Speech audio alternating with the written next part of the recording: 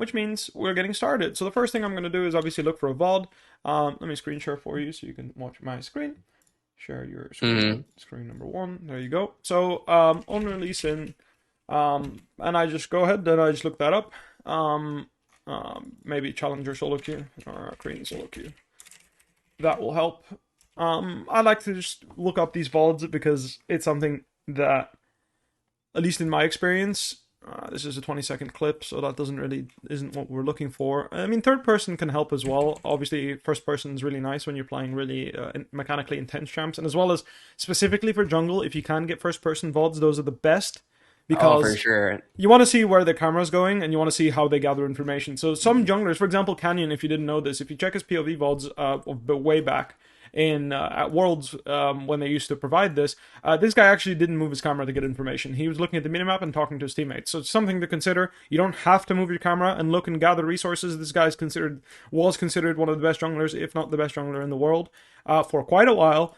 And he did not have the habit of constantly checking.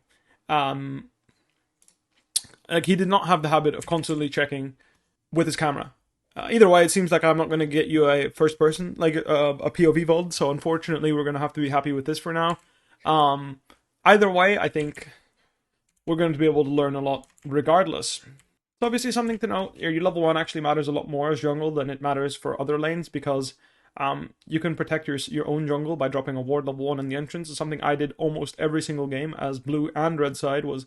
As red, I would go here and I drop a ward here.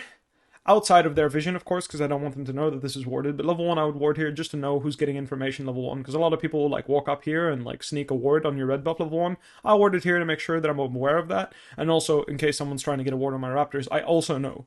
Whether it changes my pathing or the way I play doesn't matter, but the fact that I have the information means I have the ability to change. And that's what it's about. So in this case, he's fishing for a Q level 1 and chunks, and then he's walking up with Annie to get some information, and whether you ward or not. Either way, getting information on somewhere where someone starts can be relevant, so it's something to think about. You'll see a lot of, obviously, mid laners do this ward. That's why I like warding level 1, buying a sweeper. For Lee Sin specifically, you don't do this, right? You're going to want to keep your ward. Yeah. See, here's my problem with Lee Sin. So I actually talked to a friend about this recently, but I noticed that other Lee Sin players, like I'll check what skills they level, and I don't know the difference between, or like what context would they, start W level 1 or start Q level 1 or start E level 1. And so I noticed, and I had a friend talk to me about it, and he was like, the W start is like obviously slower, but if you want to be if you're not urgent to a play and you want to be full HP and you're doing leashless or something, then like that's the optimal level 1. Or like a lot of times people just go E, or I'm not sure, because like sometimes I'll look through like say Oner's Open.gg, and I open like 10 Lee Sin games, and he might just be like leveling Q a lot, or like a certain Lee Sin meta they're only like leveling Q level 1. It's like I don't get it, because like a patch ago, it's not like they changed or like it's not like jungle items have changed, because I know like that was a big thing. I remember there was one patch where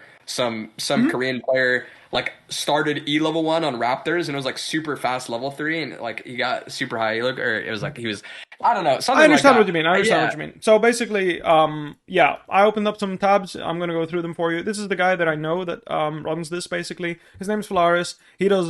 Here you go. I make jungle clear guides and educational jungle content. Basically, this is the guy I worked with to optimize my jungle clear when I was a competitive jungler. It made a big difference, I think, in my clears, but he has a spreadsheet. It's not as complete as it used to be, because obviously maybe he's doing something else in life now, but he has a Lee Sin clear. I like to check to see. In the past, they had Rengar, like here, they have a Rengar clear as well that's updated in case you want to improve your Rengar clear, because obviously it's all that you played him. If you want to improve your Viego clear, it's probably in here too. Viego clear as well. The point is this is literally min-max jungle clear. And what this means is, like, this is the maximum, like, pretty much close to perfect jungle clearing, in the sense of, like, you're 1v1ing the jungle, and you are reducing the amount of time it takes. So, in this case, Lee Sin starting E is actually the fastest clear possible, if you're leashless.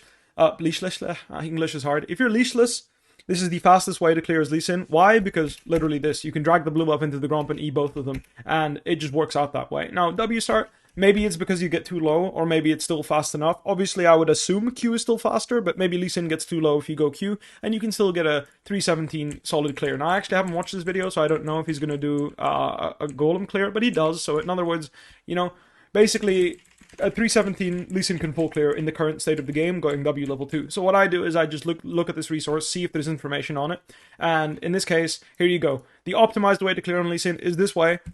Trust me, these guys are really, really in-depth when it comes to reviewing their jungle clears.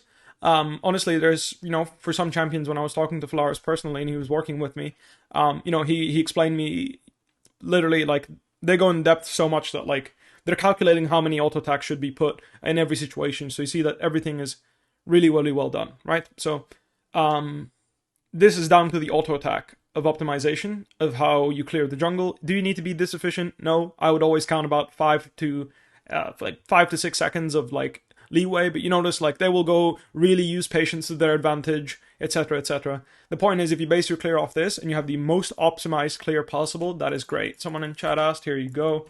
This is the document. You can also just go to Falaris' YouTube, click on any of his videos, and I'll have it in the description, which is I usually do. Either way, this guy's, you know, Falaris and his community are really good at making sure this is all optimized. Any jungle champion you want to play that is relatively popular, they usually have them here, and show you a full clear. Now, this is from blue side, so there's not one from red, unfortunately. It is a bit incomplete, but still, this will show you how to kite the camps, you know, how to use the spells, and at the very least, you can do a blue side full clear as Lee Sin, end with half HP, and be level 4 at 317 basically. Obviously, you're going to be a bit slower, trust me, it can be quite tough, but count 10 seconds more and you're still going to be on time for a 330 crab pretty much. So just, you know, as a jungler, highly recommend to use this resource to optimize your jungle clear. You mentioned, you talked about Lee, you mentioned picking up Viego. Like, I can tell you right now, if I ask you to go and practice tool, I'd be seriously surprised if you can pull off a 308 on Viego. If you can, congratulations, you've practiced very hard and you're very, very good at clearing, and I'm happy. It's really good to see that people practice this, but I doubt it.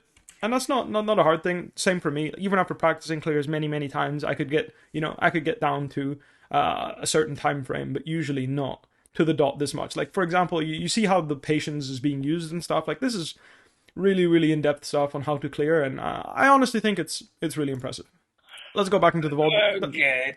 Okay, so pause.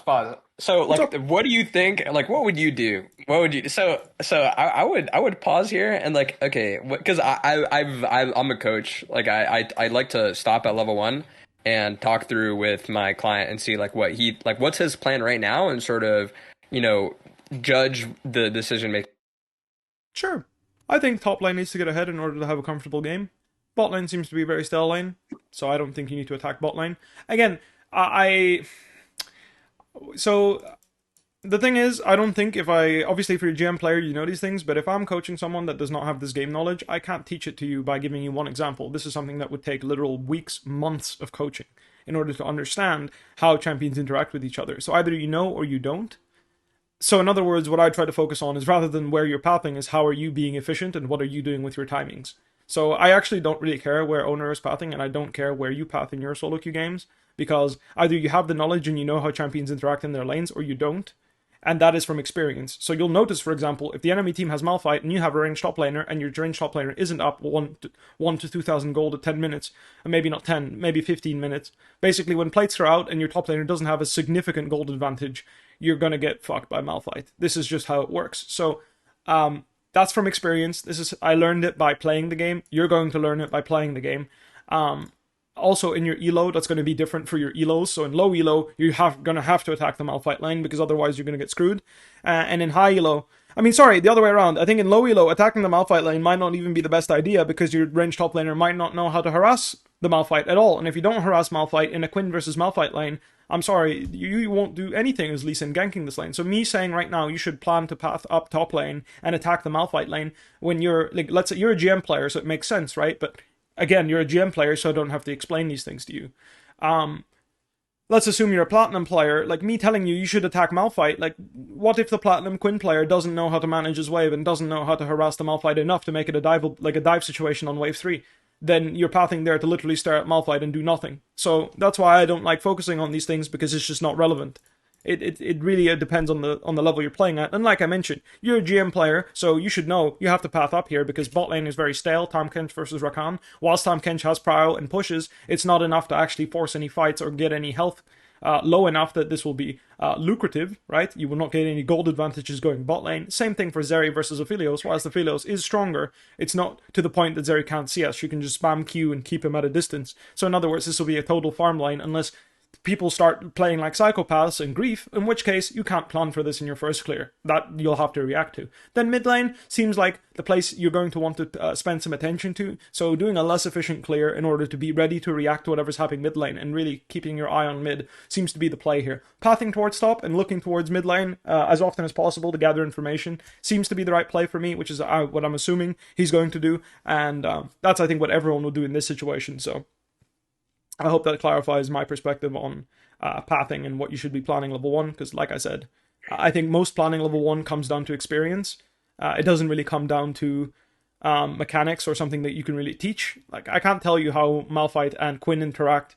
I can tell you that, but I can't tell you how your platinum or how in your MMR your player is going to play. So I don't want you to ruin your pathing based on that. I want you to be flexible and I want you to think about it, right? So all I want you to think about is how do you get ahead and how do you carry the game and how do you pick fights that are on your advantage. So in this case, he does 3 camps and starts hovering for a gank. He wants to force an angle on the LeBlanc most likely because any flash Q into Lee Q should be a kill. We'll see what happens though. And I don't recommend this. Like I said, like I definitely would have done, if I'm doing red into topside and I'm skipping golems, I would have done red raptors. Like I said, here we mess up the queue and we don't actually get a kill, and now we're just less efficient than Vi, which got a 4 camp, and in fact we get counter-canked and she dies. Had we not looked for this, we would have just been more efficient. And again, I don't think this is a bad thing. He's a really high-level league player and he's really good at finding kills, so congratulations, you know. I mean, I just don't think this is good jungling. Why? Because he's forcing a play in a situation where he's basically wasted 10... Literally, how much time did he waste waiting here, pressing S, right? So he's walked all the way here, and then once he's gotten here, he starts to press S at 251, basically, and he's waiting for an opportunity that happens 10 seconds later, right? In fact, I even think he might have shown on vision, but I'm not 100% sure. I'd have to check. But yeah, he waits 7 seconds for an angle, doesn't actually get the Q, which, again, it should have worked, but it didn't, and, yeah, ends up getting a counter gank, and forcing these plays, I don't recommend them for anyone climbing. If you're playing in GM even or in Challenger, I don't think you get rank 1 by forcing these plays and forcing these 1v1 mechanics like this.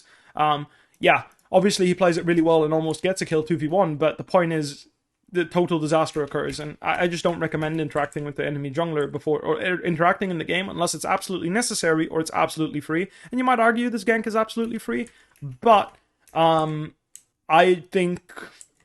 Basically, what I would prefer to see if I was playing in a competitive game, and you mentioned in our talk before you wanted to get people to play around you more and understand how that happens. So, but what I think is, what should happen here is Lee Sin wants to make any action, he should probably just start the Raptor camp and drag it down here, and then have Annie hover his side. And this way, if Annie has a stun ready, Lee Sin can always react. You can just save your Q, you don't have to Q the Raptors, you just...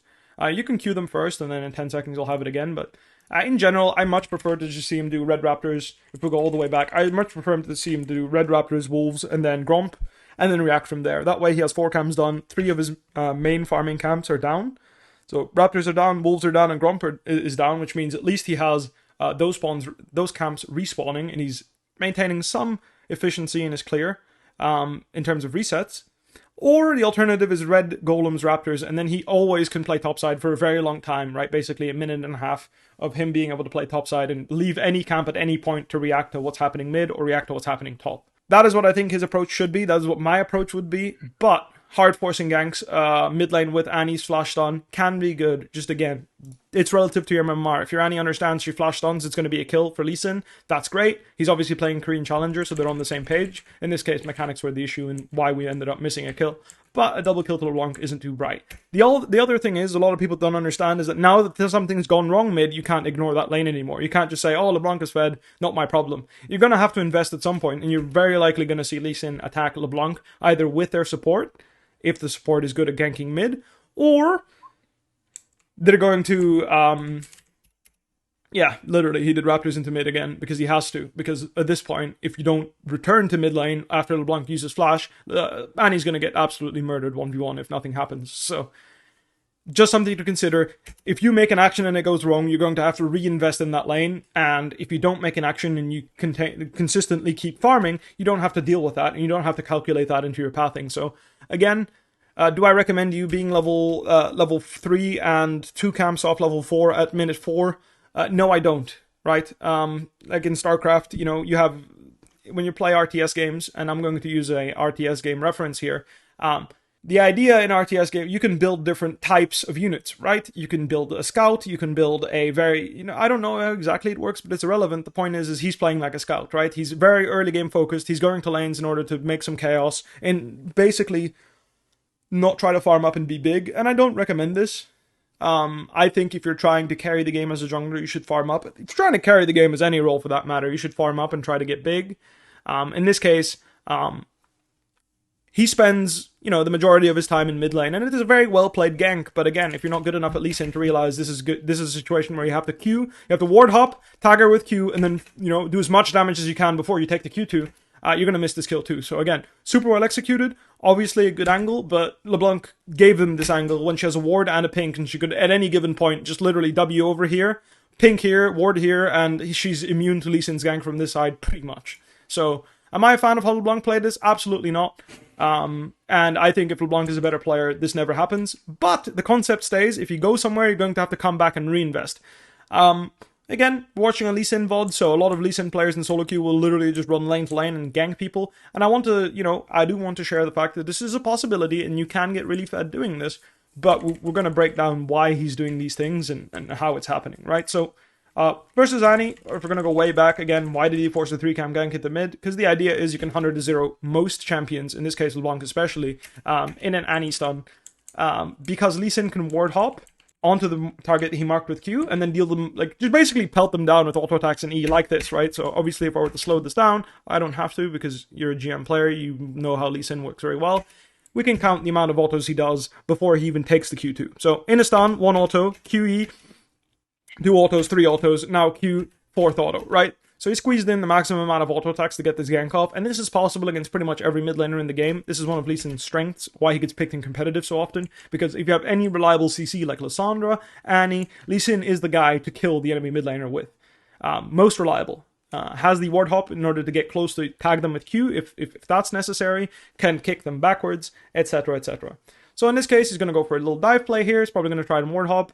Doesn't have a ward, so this was just a grief. If he has a ward hop, he can follow the flash, but Tahm Kench does not have ETH at level 4 anymore. He has it at level 6. So this was just a matter of not knowing the summoner spell and really just sending it. I can respect it, but yeah. Do I recommend you to be barely level 4 at minute 5? With 18 CS? I'd like to interject. So I remember, before this session, I tuned into stream and I was only in there for 30 seconds, but you mentioned hating LeBlanc as a champion. You think she's the weakest champion, when behind. And so I was wondering, personally, I'm of the bias. I hate playing against LeBlanc. I'm pretty biased towards against her. I'm mental blocked by her. So. Sure. Well, how do you shut down LeBlanc early? And so I know, say in this game, it's a lot easier to break down because you just, if the wave is in a spot where LeBlanc walks up and it's not warded, you wait for Annie's stun and then you just go in and then you just get marked by Lee Sin, so sure. LeBlanc can't exactly run away, and then she can't stay invis because she's in Lee Sin E vision, she's gonna get revealed, spotted or whatever. But not all champions have that luxury. Sure. So I know I'll hear, I haven't really adopted this concept completely, but just the concept of waves. It's at a certain level of pro play, they'll play for a certain wave that's maybe perfect for Lost Chapter Gold, so they can, and if they have perfect CS, they would have it right before the first dragon fight. That's sort of a crucial thing I notice in lanes. So I was wondering what's the formula to sort of beat LeBlanc as a jungler? Because I've always had problems ganking LeBlanc as a jungler. Well, first thing is you need to have a jungler that can gank her, right? And there's few. That's one of the reasons why you're mental blocked. Junglers usually get mental blocked against LeBlanc because they don't play champions that can actually attack her. Rengar is one of them. Jarvan is one of them. I'm going to go down the list of champions that I think are good against her. And you'll notice there's not many. To be fair, the highest win rate ones are pretty good. Echo is not very good. Evelyn is not very good, I think. Bel'Veth is terrible. Kha'Zix is okay. I think it's decent, but I don't think good enough. Rek'Sai, I guess you could kind of burst her, but not very reliable. Udyr can't play the game. Hecarim can't play the game. Neither can Singed, which not really a jungler. Zac obviously is not going to do much. Singed is very good, but he's not a jungler, so I don't think Singed is really applicable, but his grounding is obviously very good against her. Nocturne is, again, pretty bad. Vi, pretty bad. Kindred can kill her, but I would say it's easier for her to get away from Kindred than the other way around. And that's like kind of the notion here is Zhao can't do much, Kayn can't do much unless it's blue Kayn and he's very fed, but then he kills everything anyway. Karthus is basically... Karthus depends on whether LeBlanc can buy MR and how fed she gets. Basically, the reason why I hate LeBlanc, first of all, before I continue with this, is... I hate LeBlanc in a competitive setting, okay? In solo queue, you can play whatever you want and you get kills in gold and you can one-shot people. That applies to LeBlanc, that applies to Tristana mid with AP 10 years ago. Does that mean AP Tristana was OP competitively? No. Does that mean in a setting where there's actually, people are considering champion strength and the way the game goes? No. The second thing, like I said, I think you need to be significantly better at LeBlanc than any other mid laner that requires this type of attention mid lane. What am I talking about? I'm talking about Ryze, I'm talking about Lysandra, I'm talking about Annie, for example. I mean, not as much because I think she, with her E-shield, she's much safer. Maybe Vex. The point is, these champions that are trying to set up ganks mid and getting played around mid lane, you need to be so much better at LeBlanc to set up kills on LeBlanc because your kill setup is skill-based. You're not point and click rooting someone or Lysandra caging someone. In other words, you need to be good at the game. You need to hit your E, hit your skill shots, open up opportunities by playing well. And you need to not get railed in lane because you're like a really weak champion. So, not really weak, but like relatively weak. I think LeBlanc loses most matchups 1 versus 1. That's my opinion. I've worked with, most mid laners I've worked with have agreed with this. And I don't think LeBlanc is a terrible champion that should never be played. I think LeBlanc is worse in context of all the other champions, right? So if I look at... she generally loses in solo queue, and if I look at competitive play, the most players that have success playing LeBlanc are very well-renowned LeBlanc players that have literal years of experience carrying on this champion. I don't think this is a champion that you can just plug and play, and I think that is why, in competitive play at least, you don't really play her unless it's like... I just don't like her for competitive standards. And in solo queue, like I mentioned, I would much rather have a Lysandra. I'd much rather have an Ahri.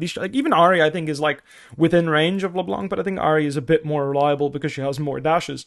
Also, in general, I think Ahri is more useful in the case the game goes behind because her charm can interrupt dashes and stuff. But the point is, like, I would say I want to see who's playing it, right? So let's look here. Can I do top leagues? Thank you. Obviously great and all the people in ERL are playing her, but what I'm saying is, like, you'll see some of these names, and these are some of the literal, either you're a big LeBlanc player, or you're some of the literal best players in the world that are playing these champs, like Zeka, Xiaohu, Rookie, Yagao, Chovy, Yukal, Humanoid and Eminus. Again, they're big LeBlanc players. Would I consider them to be best in the world caliber? Maybe. We'll get the CC9 at MSI, and Humanoid obviously has already played at Worlds and played against some of the best in the world, so obviously I think that's fair to say. Showmaker, Faker will be here somewhere at some point. The point is the only people touching this champion are either big LeBlanc players or literal best in the world, and I take that into consideration when I rate a champion. So I would say, if you are not one of those, why aren't you playing Lysandra or Ryze instead? That is what I think about LeBlanc. Okay, I have a question. Sure, go ahead. I have a question. So like I get that you coach every role, but say you're in solo queue, you're just getting full challenger lobbies, you're playing with confident people, right? And so theoretically, if as a top laner, you're saying maybe in a decent matchup, but you notice they lock in LeBlanc, and you can just look at the picks and know that with your mid laner doesn't have gank setup, nor does the jungler have like an adequate response to mid lane, and then maybe like bot lane is a sleeper lane. And this might open an opportunity for like LeBlanc get fed. Is LeBlanc just a pick where you just don't even like stress about her, so you don't care about that? Or of course not. Do you think that would warrant a dodge? Because at times I would look at comps. I would look at comps and it'd be like, this is just like, I'm not saying I do dodge LeBlanc, but like at what point do you think these champions, like, you can't punch them? You gave me a dream scenario to play against LeBlanc. If mid lane, basically, if your mid laner is any skilled at the game, he will not give kills to LeBlanc 1v1 because it's very hard for her to do that. I think, obviously, she can find angles to kill, but one kill is not enough for LeBlanc to take over the game. She needs multiple. And then second, if it's a sleeper bot lane and I'm the top laner and I'm playing 1v1 and I know that I have to respect LeBlanc roams because she might have prio, then where is she getting kills? Like, the mid lane's going to feed her 10 kills, then it doesn't matter if she's playing LeBlanc, Heimerdinger, Syndra, or, like, literally she could be playing Syndra, Lissandra, Ryze, any champion with CC, and if my mid laner's going to die to her 10 times, then I'm fucked either way, right? Like, well, what is the argument of LeBlanc getting fed that's suddenly such a huge problem when it could be Syndra, it could be a Ryze, it could be a Lissandra, it could be a Gragas, it could be any of the meta mid laners right now. A champion that gets infinite kills just farming enemy mid laner is going to be a problem. That could be a Talon, could be a Zed. I don't see what is relevant to LeBlanc specifically getting advantages in this situation. Yeah, I get what you're saying. Sort of, I guess just the way I look at the game is I'm very pessimistic in that I prepare for the worst case scenario, which is, I mean, it's not the worst, but yeah, I mean, dream scenario, like fed LeBlanc, like all like the mistakes are going to be made on the way there. So would you rather?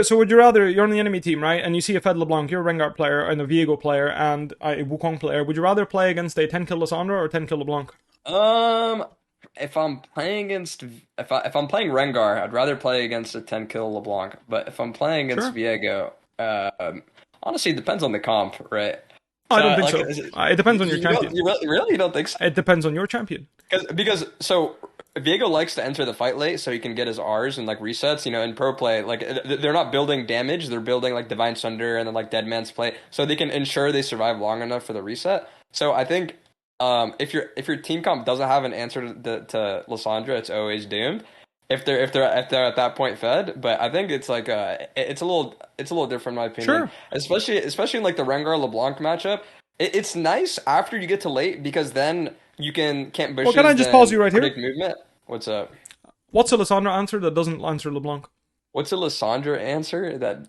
Yeah, so you're telling me if your comp has a LeBlanc, like an answer to Lissandra, right? That's what you said. Mm-hmm. Then you'd rather play against Lissandra. I'm asking you, what's the difference between Lissandra and LeBlanc when they're fed?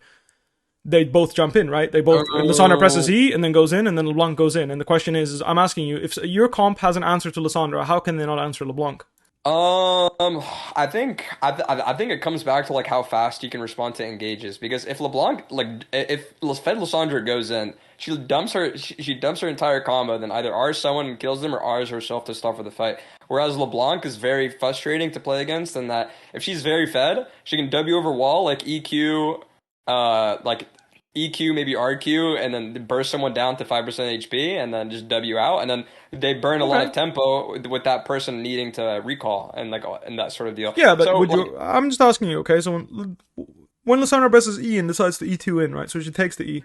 Yeah. Don't you think that takes that would take even less reaction time to react to than LeBlanc Wing in? Because you see her using the animation, she doesn't blink, she dashes. Right. So I'm saying, in a situation, I'm not talking about a situation where you don't have an answer. You're explaining a situation to me where you can't answer LeBlanc Wing over and poking you. I'm saying she's Wing into a Nautilus's face, right? So she's jumping forward into a champion. Like, Nautilus is a great example of a champion that can answer LeBlanc and Lissandra because you can hook. I'm talking about, maybe a Malphite with ultimate being ready. I'm talking about, you get the idea. I'd have to look for more examples, but I think Malphite and Nautilus are two very simple examples. The point is how is a blink harder to react to than a dash? Because we're talking about a specific scenario where she's dashing into your team and then poking them. So she's getting Q, R, E off. Meanwhile, Lissandra jumps into your team and pretty much instantly gets all her spells off because obviously she doesn't have any cast times compared to LeBlanc, which actually has a small cast time, I believe, on her spells. She might not, but the point is, I think Lissandra getting off WR and just self-ulting and CCing your whole team and chunking your whole team is a lot harder to deal with as a bruiser jungler, which is what you play, because you can't kill Lissandra. Like, you can't go on her first. Whereas LeBlanc, you can actually go on her first. You can be the one making a pick on her if she face checks you. Whereas if Lissandra face checks you, whilst yes, if you're 1v1, you're going to have a good time. If there's any help coming, you are screwed because you will never kill her before whoever is helping her is going to kill you. So again, I get LeBlanc is a problem. I get that a lot of people, bring up LeBlanc. I don't really want to make the whole session about LeBlanc is OP because I don't think she is. If she's fed, obviously you don't have answers, you're not going to play the game. But, like, for example, Lee Sin can easily tag her with Q if she W's forward. If you can't tag her with Q when she W's forward, you can maybe ward hop and then kick her. Either way, you can also throw the Q at where she's coming back. So one thing you can do is LeBlanc W's forward is if someone's aiming CC to where she dashed, you can also aim a spell to cover her dash backwards, which is something she has to choose, right? She has to choose to get hit by which spell she gets hit by at that point. Lissandra doesn't have to choose; she goes invulnerable. So just to give you Yeah. perspective on problematic champions such as Lissandra and LeBlanc, and I know that they're very frustrating as a jungler to play against. Like I mentioned, I did play a whole split as a jungler. I get that. I didn't mind playing against these champions because at the end of the day, their strengths are PvPing. And that's why, as a jungler, it feels bad to play against them, because they're really good and usually stronger than pretty much every mid laner when it comes to PvP scenarios. So, for example, you're playing with an Orianna versus a LeBlanc. LeBlanc's going to be way better in skirmishes. That's just the way it is. Okay, so I want to like stray away from LeBlanc in general. I think I got what I wanted out of this Lee Sin VOD. I was wondering if we could go over like a VOD or like a recent game I played, so that we have Sure. just like we have the like my POV. Feel free to link it to me. Yes. Okay, and my League client is bugged. Someone in chat mentioned the big difference if the list charges in, she can't blink back like LeBlanc. And the point is, I said in a situation where you can reply to her, because obviously when LeBlanc gets fed, if you don't have any reply to her as a composition, she's a big problem. But if she's even, she's fine. You can buy MR. She's a champion that does not one-shot anything on the map that has MR. That's just not true. Mathematically, she cannot. She can't one-shot people that buy no magic mantle. It's literally impossible for her unless she's fed. And if she's fed, she's a big problem if you can't CC her. In other words, it can be frustrating to play against her. That's just the way the champion's designed. It's why she stays at this win rate, in case you're wondering. Like, she's not a popular champion, and every time she even breaks a certain win rate, she instantly gets nerfed, because she is a very toxic champion if you do not have the composition to answer her.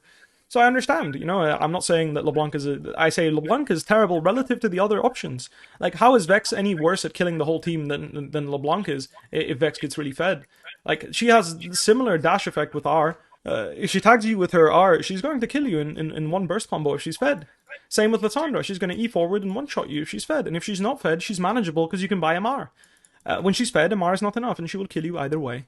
So that's my perspective on the champion. I don't mind, I don't mind people that have frustrations with LeBlanc and stuff. I just want to be very fair. I just want you to think about it. Again, if you still think LeBlanc is a problem, you always have the ban option. There's nothing wrong with banning champions you don't like playing against. I banned Fiora very commonly when I played top lane a lot, because I didn't want to lane against her. Yeah, Not because I thought she was... I didn't mind Fiora in the sense of, like, I thought this champion was terrible and I hated playing her in competitive play as well as in scrims and stuff. I just think the general idea of the champion doesn't make sense, but that doesn't mean I enjoy playing against her in the way she takes over games when she gets ahead. You can't always control someone getting gold leads in solo queue. So if you have a problem with that champion getting a big gold lead, I am very happy with you just banning that and we're just calling it a day. But Wukong, for example, I think if you EQR her, it's going to be really hard for her to carry the game, because you chunk her very hard. So let's go over level 1 here. We start at blue buff. Like I mentioned, something I really like to do is this, what you're doing here, is I would not do this. I would just ward, base, and buy a sweeper. This way I can still see. That's what I do. You don't have to do this. Okay, real quick, like for this VOD, I would like you to like ask me a lot of questions, sort of give your take on it, and then like throw the ball back to me. I think personally, it's like it's definitely like a standard jungle thing to do. I like to hold my ward, because at times, say like if you base and you take scanner, right? Like you'll have scanner for these ganks. A lot of times, if bot lane, say, like the enemy bot lane pushes in and then wards tri-bush, like I'm not gonna walk through tri anyways. Like I'm gonna go through lane, or I'm gonna go through river, and then I like to place a ward for my teammates, and then get like scanner off of the first time I use I use trinket, and that's sort of what I try to do. I'm fine with like I stay in that position in the pixel, and then if I see them walk bot, and then I get like a counter invade ward, right? That's fine, yeah. I don't see the issue with that. If you have a plan, I don't mind what sweeper you use. Like I said, I like to have sweeper because I would go bot lane and sweep that ward. Why? Because now they don't have a ward and they don't know what I'm going to do. So if I did 5 camps into bot try and swept their ward, I go golems, they don't know if I'm going to come bot lane after a sweep. Like after I'm finished with my golems, I'm going to recall. They don't have that information and they can't play around the information either, so... Yeah. That's the alternative. Again, you can get a deep ward and get info on the enemy jungler and keep your laner safe. The other one is pressuring the enemy lane, and the other one is getting information so your laners can play better. That's it, right? That's the alternative.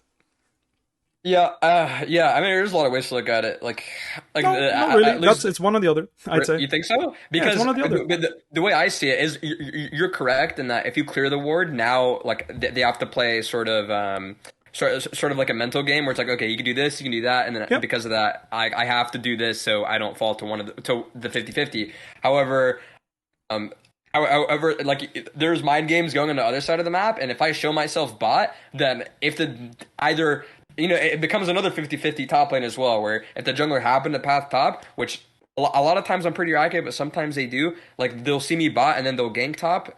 Which they otherwise might have not done it like so swiftly because they might have been anticipating counter, or it's like it could be a matter of like top trades where after they see me top, Sure. then it's like, okay, we know jungler's bot, or like now, or what might happen is I show bot, but bot lane is resetting already, and so I clear the ward and that's great, but then we don't know where the support is off base, and so they might go top, and now I have to base and match that right away, and so it can be a hindrance on me. All right, let's break that down. I think, first of all, the reason why I mentioned this, I think it comes down to two things, right? One is you help your laners, or one is you pressure the enemy laner, right? You showing on a ward bot lane here, if your top laner dies on a gank when you're actively looking for information and walking in somewhere, because I'm assuming you're not going to just sweep the ward and disappear, right? You're going to sweep the ward, then walk up, look for info, take a crab or something. The point is, if you show on information and you and your top laner, like, first thing you can do is tell your top laner, like, they have vision here. You literally have a ping now for it. Say, like, they saw me here, which should allow your top laner to play smarter. Agreed? You literally let them know. The enemy team knows I'm not top now. You should play accordingly. Yeah, I hope so. Right. So that's the thing. So if you want to tell me that, there's multiple things like mind games going on, there's really not. Your top laner knows. If you let him know that the enemy team knows that you showed because you're on a ward sweeping it, there's no mind games. He knows, you know, enemy team knows. The information's on the map. It's up to your top laner to play accordingly, right? So Yeah. That's why I think there's no mind games there, because if you communicate, then there is no issue.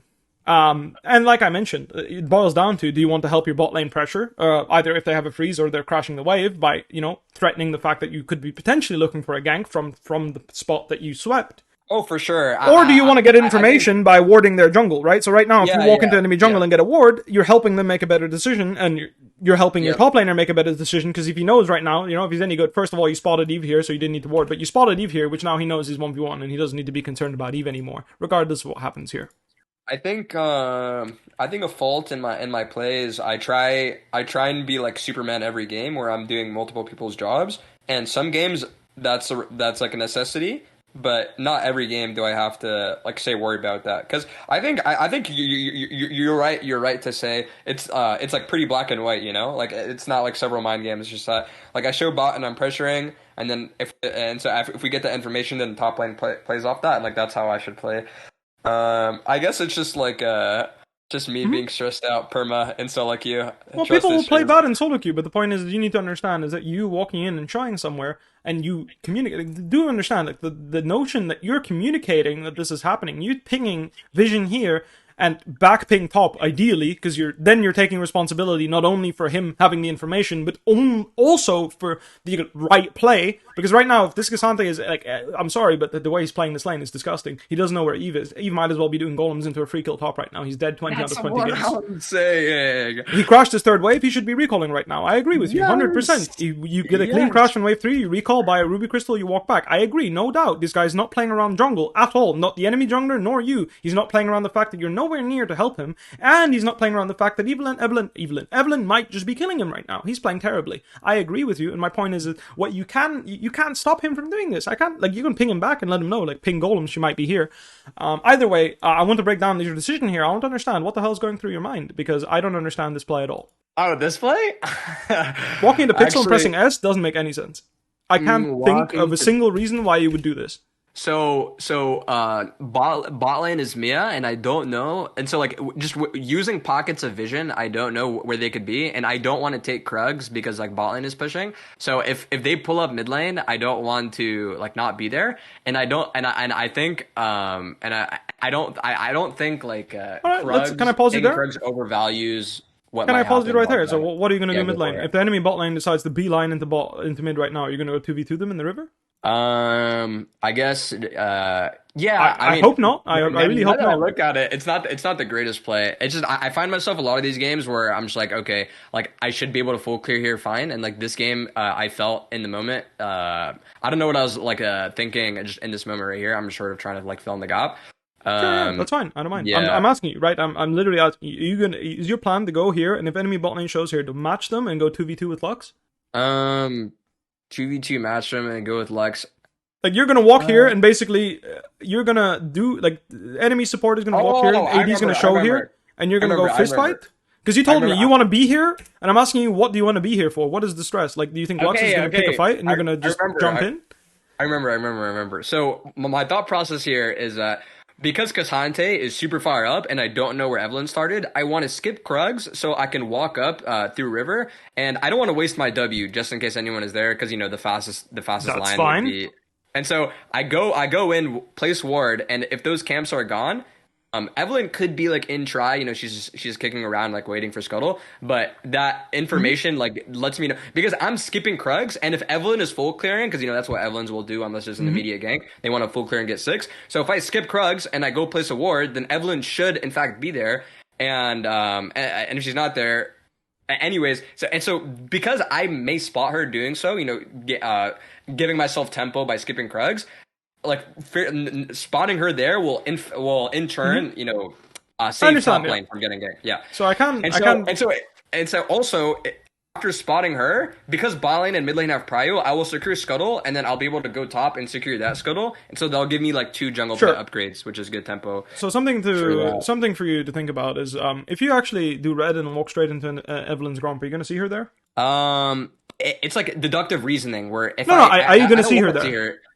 Are you going to see her there? Are you going to see Evelyn do Gromp? The answer is no, you won't. She'll be finished. She's faster than you. She's faster than Wukong significantly. Like, she's at least 10 seconds faster than you, I would say, in a full clear. Which means that what's going to happen is if you take the time to finish your red and walk all the way here, by this time she's finished with Gromp, and she could be in the Strybrush right here. Even if you ward over the wall, your deductive reasoning might say, oh, she's topside right now and here. But in fact, she could just be waiting in the Strybrush right here.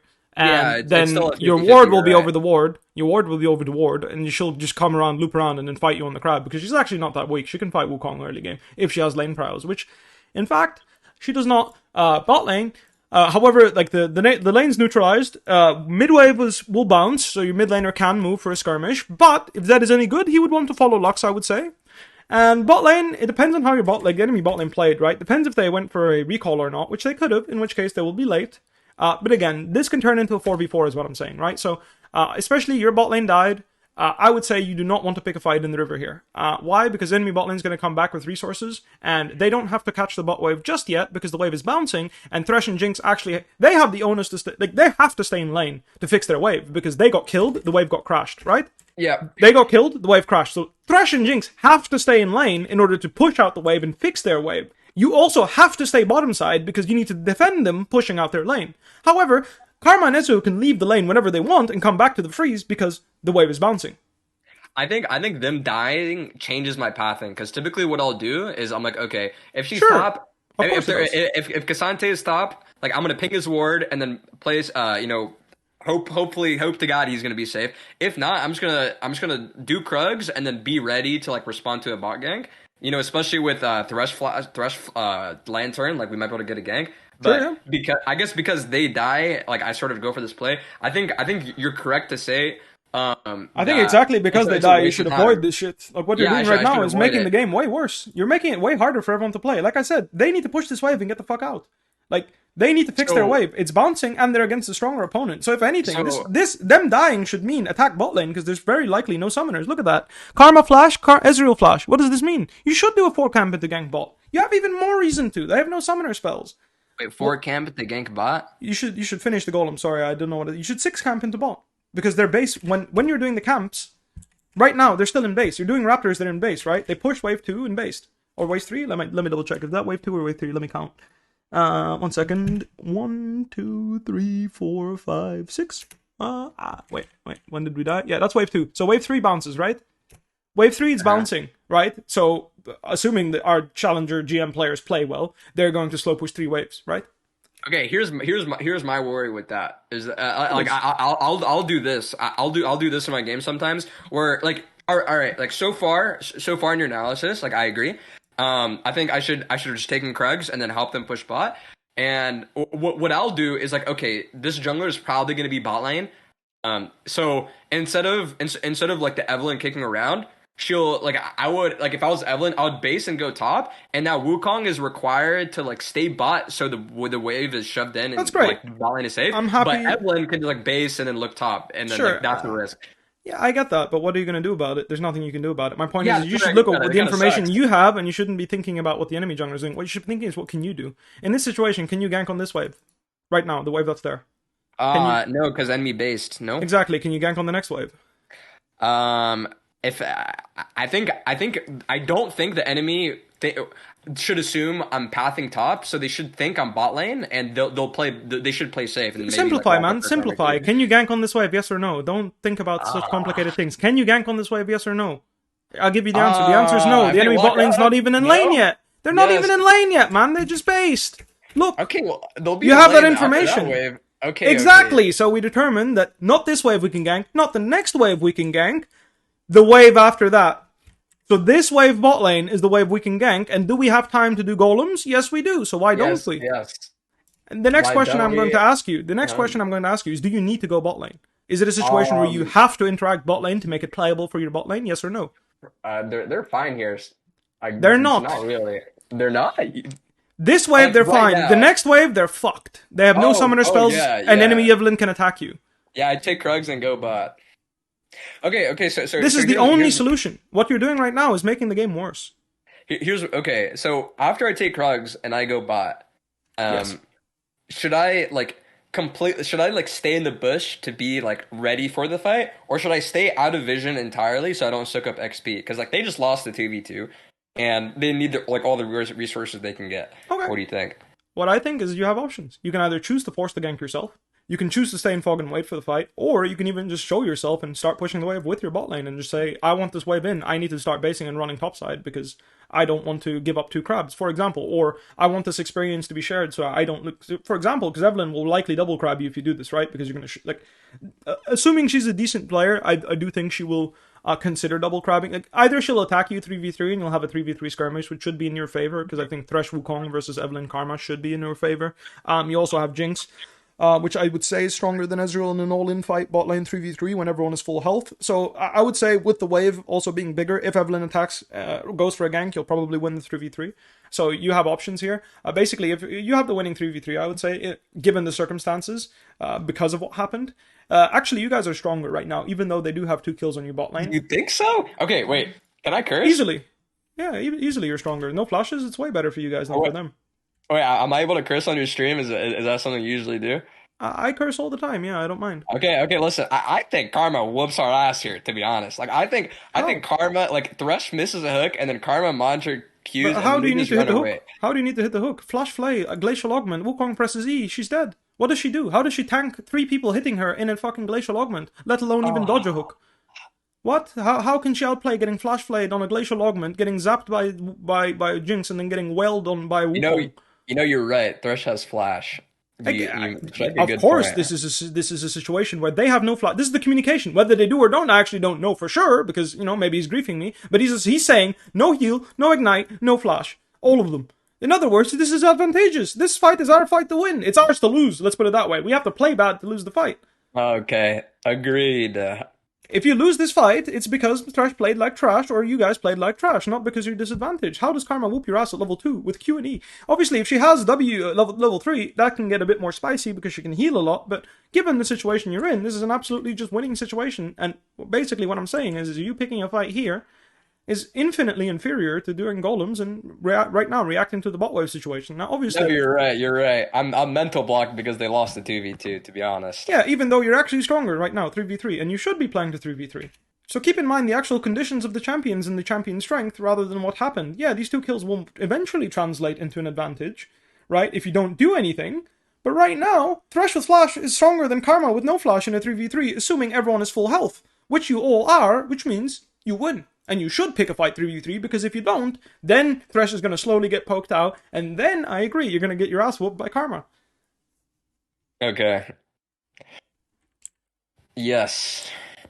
And I don't know why, so basically the wave got crashed bot lane, right? So enemy bot lane kind of missed. Like, obviously the recall was really delayed, and bot lane actually manages to crash the third wave, right? So they still pushed. Let's go all the way back to understand their wave management. So they came back. This is the first wave that they catch on their turret. This is the second wave. Actually, this fast push wave too. I'm surprised. I wouldn't have done this myself, but actually, it was a good adaptation for you because you end up getting your crab because enemy Ezreal has to catch a wave. Enemy Ezreal has to catch a wave. What does that mean? You have a man advantage if Jinx hovers you, which is what happens. So in other words, they decide to adjust Jinx specific. She can blow up the wave. Not every AD can, but most ADs with their support can push very fast. And that's their adaptation. I think for them, this is way worse because they have no recall timing. So honestly, I mean, it's fine, At the end of the day, you're happy. You get your bot crab and you get your top crab. But what I want to go back to is, like, you have nothing to interact with in this bot side jungle. Walking in doesn't give you anything. Yeah. I get You're what just you're being saying. inefficient. You're looking for something that doesn't exist, and Yep. you're making the situation a little bit more complicated than it needs to be, and it's okay. Like, in this case, you end up getting a double crab, so that's not bad. Just keep in mind. Real quick before we go into top fight, and so you complete your thought. Sure. One thing I will say is obviously you guys have good vision here, but just be mindful the wards that you guys have, like the wards that you guys have, don't actually necessarily. We see her leave, so that's good. You have a ward here and a ward here, but be mindful this crab doesn't give enough information, so you do want a ward here. Otherwise, Eve can just walk past this crab and gank your bot lane. So something to think about. I used to when I jungled. Often I would full clear, give a crab, and then just attack the lane anyway. Even over vision, because sometimes the wave state is still really bad. In this case, obviously, there's no need. So, what did you want to say before we go into the top fight? Okay, double crab dilemma. So, double crab level one Scuttle crab got nerfed. So, you still get the good gold, but double crabbing XP wise isn't as like game changing. And so, but it's still good now with the jungle pets because you get 2 upgrades over them. However, so my question is, I think in this case it's fine if I go double crab because I know we interacted and she doesn't have the tempo to base and go there. But I think even though I might have the opportunity to double crab, say in a theoretical situation, it will be bad to double crab if the enemy knows is they may be path bot and then they base and go top, and I might be able to meet them at the scuttle crab, but I should just take the scuttle crab and base myself instead of going for the second scuttle crab because they're gonna meet me there and they're gonna be on base and they'll have item. What do you think? Because I know you mentioned a couple times that I can take double crab and do that. I don't think if you're at 330 on this crab, unless they're a jungler that literally is first of all very fast. All right, let's determine this right by looking at timing. When is the second crab dying here? Right, basically, it's dead at 402, right? So you double crabbed and you basically did crab and then straight away. So let's see, did you do it on spawn? I'm just going to determine the amount of time it takes you, and then I'm going to ask the question and review it with you of how long it would take for someone to full clear into base and walk into top crab and whether they can actually meet you or not. The answer is yes if they're fast. If it's a fast champion, they can full clear based on the camp they finished clearing and then move to the other side to get the crab if they think you're going to be here or they know you're going to be here. Mm-hmm. So, for example, Dr. Mundo used to do this, where he would full clear base, and he would actually be there on the actual initial first crab that spawned because he was that fast. He was sub 3 minute clear. I think Karthus can do that too, still, right? Well, Karthus, he probably can, yeah. But the point is that's the first thing. 1v1, if the game is 1v1, that's the first thing to consider. The next thing is lane priority. In this case, Lux can move first, so you can be an item down and just leverage man advantage to secure a crab real quick. As long as you guys get the crab and get out, it's fine. Right? Yep. So it's both. If you have no prio and this guy can base and meet you here, then yeah, you probably shouldn't get greedy and do 2 crabs. But you can calculate that. You can consider that in your pathing and just, instead you can just do golems and then... I would just, All right. wanted your opinion. No, that's fine. No, it's possible. Just consider what jungler you're playing in. Someone like Lee Sin can do it, but I don't think they will. And it's not something that's very interesting for them. They'd rather play otherwise. It depends on the champion you play against and the likelihood that they'll do this, so keep that in mind. All right. So I'm just going to watch the situation because I've only fast-forwarded through it, so I just want to see what's going on here. First thing to note is Yuka Sante's been laning pretty poorly, I would say, and I would say, generally speaking, he's in worse conditions than Camilla's if you actually look, because when you're looking top lane, he's actually in worse conditions than Camille. Camille's better at this, Camille's better at fighting in general 2v2 than Cassante is, at least pre-6. After 6, I guess Cassante does get a bit stronger, but I would say right now, after this trade, he's in worse condition than Camille is. Why do I say these in worse? Well, basically, he's reaching a certain health threshold that Camille can E in and basically just murder him. He doesn't really have that much of a reply, I think. Obviously, he can W and block the E, but Camille will still block most of his return damage with her passive. Either way, when a champion like Camille is low and her lane opponent is low, she's happier because her passive shield interacts in a way where if she jumps on someone, she'll get her damage down before her passive shield drops off. And you have to basically tank her and then reply after her passive shield is gone. But that can be really hard to do when she bursts you. I think right now I'm just holding my W, so I'm waiting until Camille E's to burn my W. Right, yeah, sure. When that happens, this gets messy very quick. Sure, yeah. First question, why don't you flash on, like, why don't you EQ flash, or, like, yeah, flash EQ on the... I'm greeting a possible double here. So I know I can flash E on Evelyn right now. Well, you just flash Q her, and, like, if you just kept walking at her, you could just flash Q her, no? Yeah. No, you're right. I'm thinking I can kill Camille without having to burn flash, and then if Evelyn walks up to greet the Cassante kill, then I just kill her too. Okay. Never mind. I just burned my flash here anyways. No, I mean, it's good. What you did was good. Again, well played. No, I'm fine with this. You know she doesn't have flash. You saw her ignite. That means she doesn't have flash. Also, like, you probably checked the scoreboard, but this is well played.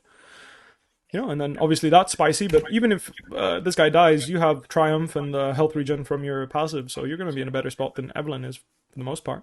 I mean, you're going to have to run and it'll get spicy, but I'd say Wukong's better in those situations than Evelyn is on average. You crash the wave, very good. Nothing happens, right? You just crash and leave. Yeah, all good. I mean, yeah, I think that's pretty good. Good spot to be in. So you base and run straight bot lane. Why is that? Okay, I base and run straight bot because, considering they just lost 2v2 a minute ago, and they're shoved in, I'm thinking all my camps are up so I can restructure the direction of my pathing. And so with that in mind, I want to go immediately bot just in case anything happens. And then if nothing happens, I just path top and we sort of call it a day. Now that I say that though, I think here's sort of the issue. If I go top, like I want to be pathing bot because Evelyn is probably heading that direction, and then there's like dragon and stuff like that. But if I go top and then something happens bot, then I'm not there for it. Whereas I'm taking the risk that I'm going bot and I would be pathing top, but if something happens bot at that moment, then it would be fine. So it's sort of like an in the moment investment. Sure, I understand. Yeah. So the first thing is how many camps can you do before you need to go bot? Before I need to go bot? Right now you're going bot lane straight on a wave that crashed and the enemy just backed off. They're not even poking your bot lane. So what are you doing by going straight bot lane? What are you accomplishing? Yeah, I see. Like I know that they're backing up to ward. They're not backing up to base. So by the time I would get there, they would be in lane. And with how much they've been poking, like Thresh might look for. I might be able to coordinate a play with Thresh. I don't know. I think his flash is still up at this point. So you think that Wukong, after making a play top and basing, with all his camps up, right? They should know all your camps are up because it's 5 minutes, and you literally showed doing a 4 camp clear plus red into bot, right? Yeah. So you showed that you started blue, this into bot, right? They won't expect it. This is what you think.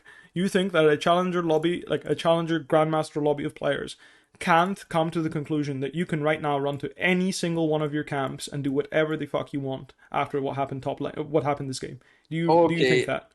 No, I don't think that. So why did you say that? Because that's literally what you said. You said they won't expect it. What do you mean they won't expect it? They should know that you can go anywhere you want right now because you did a 5 camp clear into river where you showed, then you crossed into top crab and made a long action top, which means all your camps are up and you can literally decide what you want to do. So okay. You did think that. That's why you're doing this. This is why you're running straight bot. This is the only reason you could possibly have, and it's fine. I don't mind. I'm helping you understand why it's stupid. I mean, not stupid. It's just like, it's not optimal. You shouldn't be doing this. Because the enemy bot lane should know that you can do this, and they shouldn't be pressuring on this wave that's right in front of the tower. In fact, I would argue, this is the first wave they can start considering doing it. Right? Yeah, I'm doing this solely because we have a hook champion. I think... What does that mean, a hook champion? You think he's going to just max range a hook against Karma Ezreal? No. I can. This game just doesn't feel right. And it's specifically Thresh. No, I want to specify. You're doing this because it's Thresh and he has flash and they have no flashes, and I like it. It's good. You have an something's telling you can get a kill bot, and I like it. I'm not saying don't go bot lane at all. I'm saying you need to think about why you don't need to be bot lane yet. The opportunity will Right. come, and it's good that you're looking for it, and it's good that you're thinking about it, because this is your ticket to killing enemy bot lane before this comes back up. And you do have time, right? That's the first thing. You have time. These flashes happen at minute 2, assuming double Cosmic Insight, which is not always possible, but let's assume it is.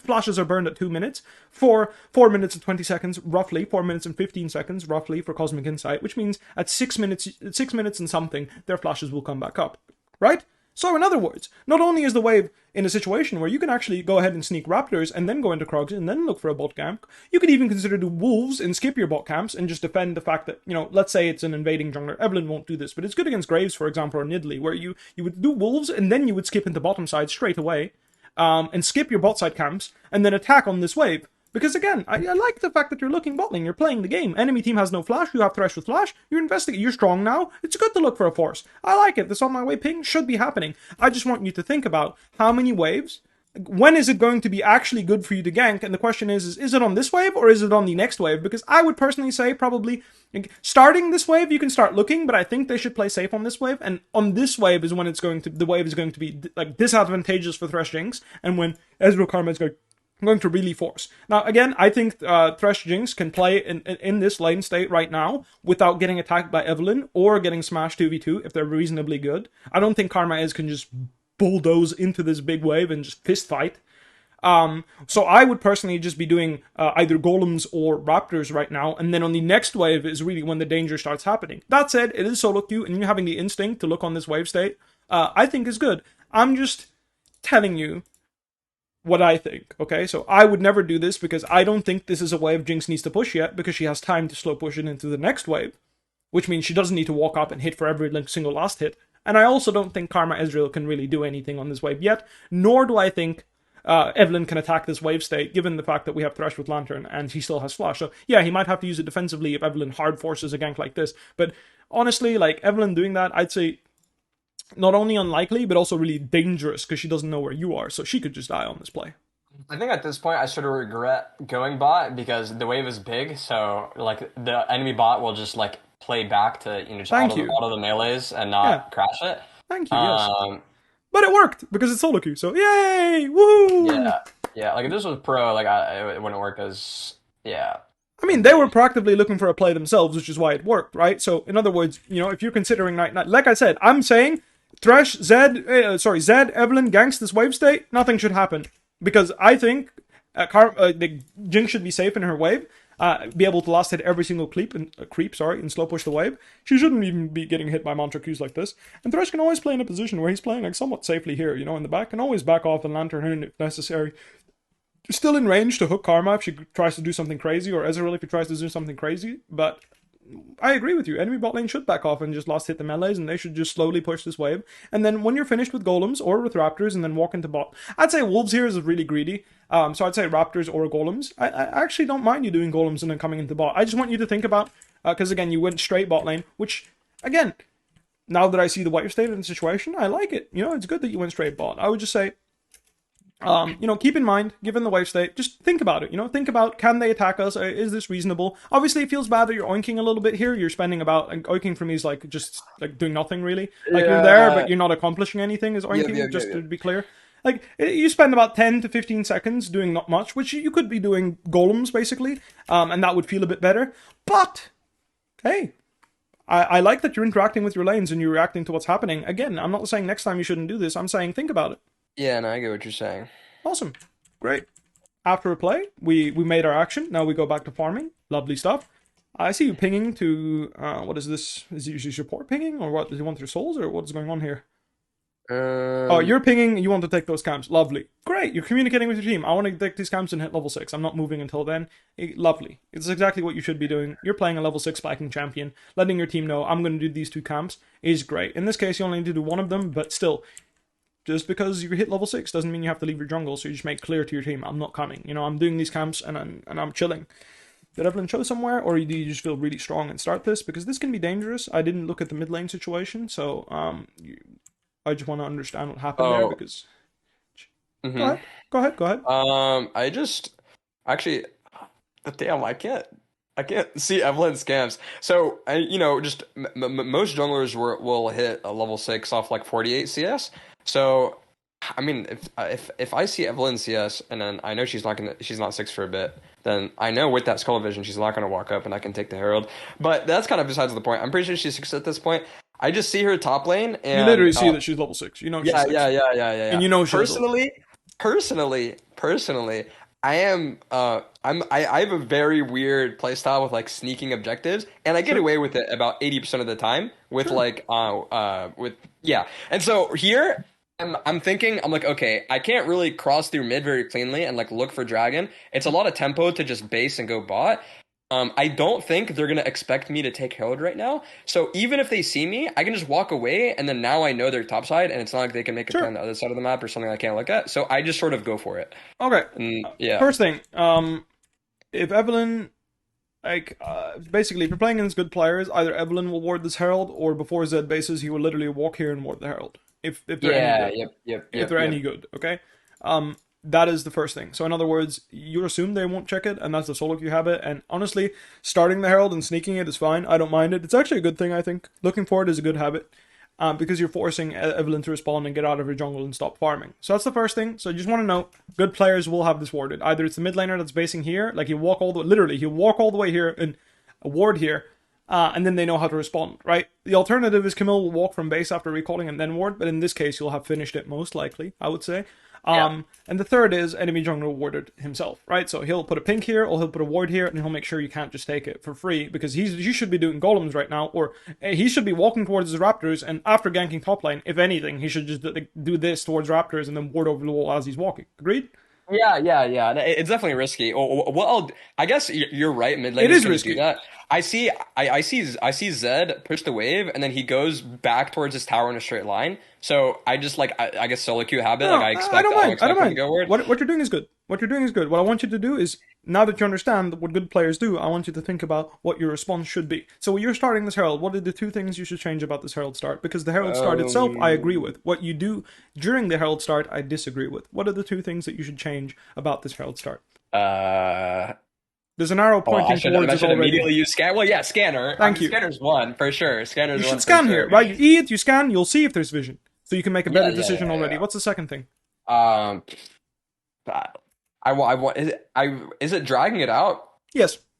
Because okay, I think I don't want to drag it out because then if Evelyn were to be walking like maybe towards mid, I don't want her to see me at the edge of Fog of War. Like I want her to check. You can drag. I want her checking Herald to be like super intentional. Like even if they ward it, I can like. This is where you can have the Herald, by the way. Her walking into mid, she will never see it. I thought she has to. That I'm GM. No, you can walk all the way here and hold the Herald right here. Yes. She will never see it unless she walks towards top lane. In other words, tries to check it. And the other thing is right now, with you using all your spells on this Herald right now, if she turns the corner and sees you, don't you think she will fuck you up? Well, I have 6 and W, so and I'm holding W specifically. What's up? So does she. Right. But I think I'm stronger than her here. I think I'm way stronger than her. You think that you using Q on and E on CD, you're stronger than her when she could walk up, see you. You don't see her yet because you're not kiting it in a way where you're not doing it here where you would see her turning the corner. In fact, she could even be, going all the way around. Like this is Evelyn we're talking about, right? So she could even be taking this pathing and spot you, and you would have no idea. Yes, right. Here, okay. So she casts W, it fully pops, and you're marked by her W. You have to literally pop your W the second she shows, whether she uses Q or anything. And if she charms you, you're fucked. Okay, all right. Here's my idea. So I think unless she wards the pit, she does have ward, so she's going to use it, and it's very intentional, right? I think I don't want to drag it here, because if she ever walks to river, it's going to be, there's no top play here, there's no mid play here, so if she's going to walk to river, it's going to be to check Scuttle, she's going to see the Scuttle is gone, and then she's going to walk away. And why wouldn't she check the Herald? Like you're assuming she would either ward it and then not check it? Okay. Why wouldn't she walk like this? She sees the crowd is gone, and then she takes a second to check whether it's up. In fact, she wants to do the Herald, okay? I'm gonna go even further. She's the one that should be starting the Herald. Why? Casante's dead, Camille's tempo is better. Camille's way stronger. He's gonna have the slow push. She wants to secure this area ASAP, because in 1 minute from now, this is her Herald. Her mid laner is winning, and her top laner has a slow push. Her not securing the space and checking it and making sure that you're not doing it is bad play by her. You're making it sound like she doesn't want to check it. Bro, she wants to. She needs to. It's the right play. Anything but checking the Herald is just bad play from this Evelyn. Okay. I think we're getting too much in the nitty gritty. I think if she What do you can mean? check the Herald here, well, She has to in order to get it. This is your only window to sneak it. You agree with me? yes. This is why I agreed with you that this is good. This is the only window.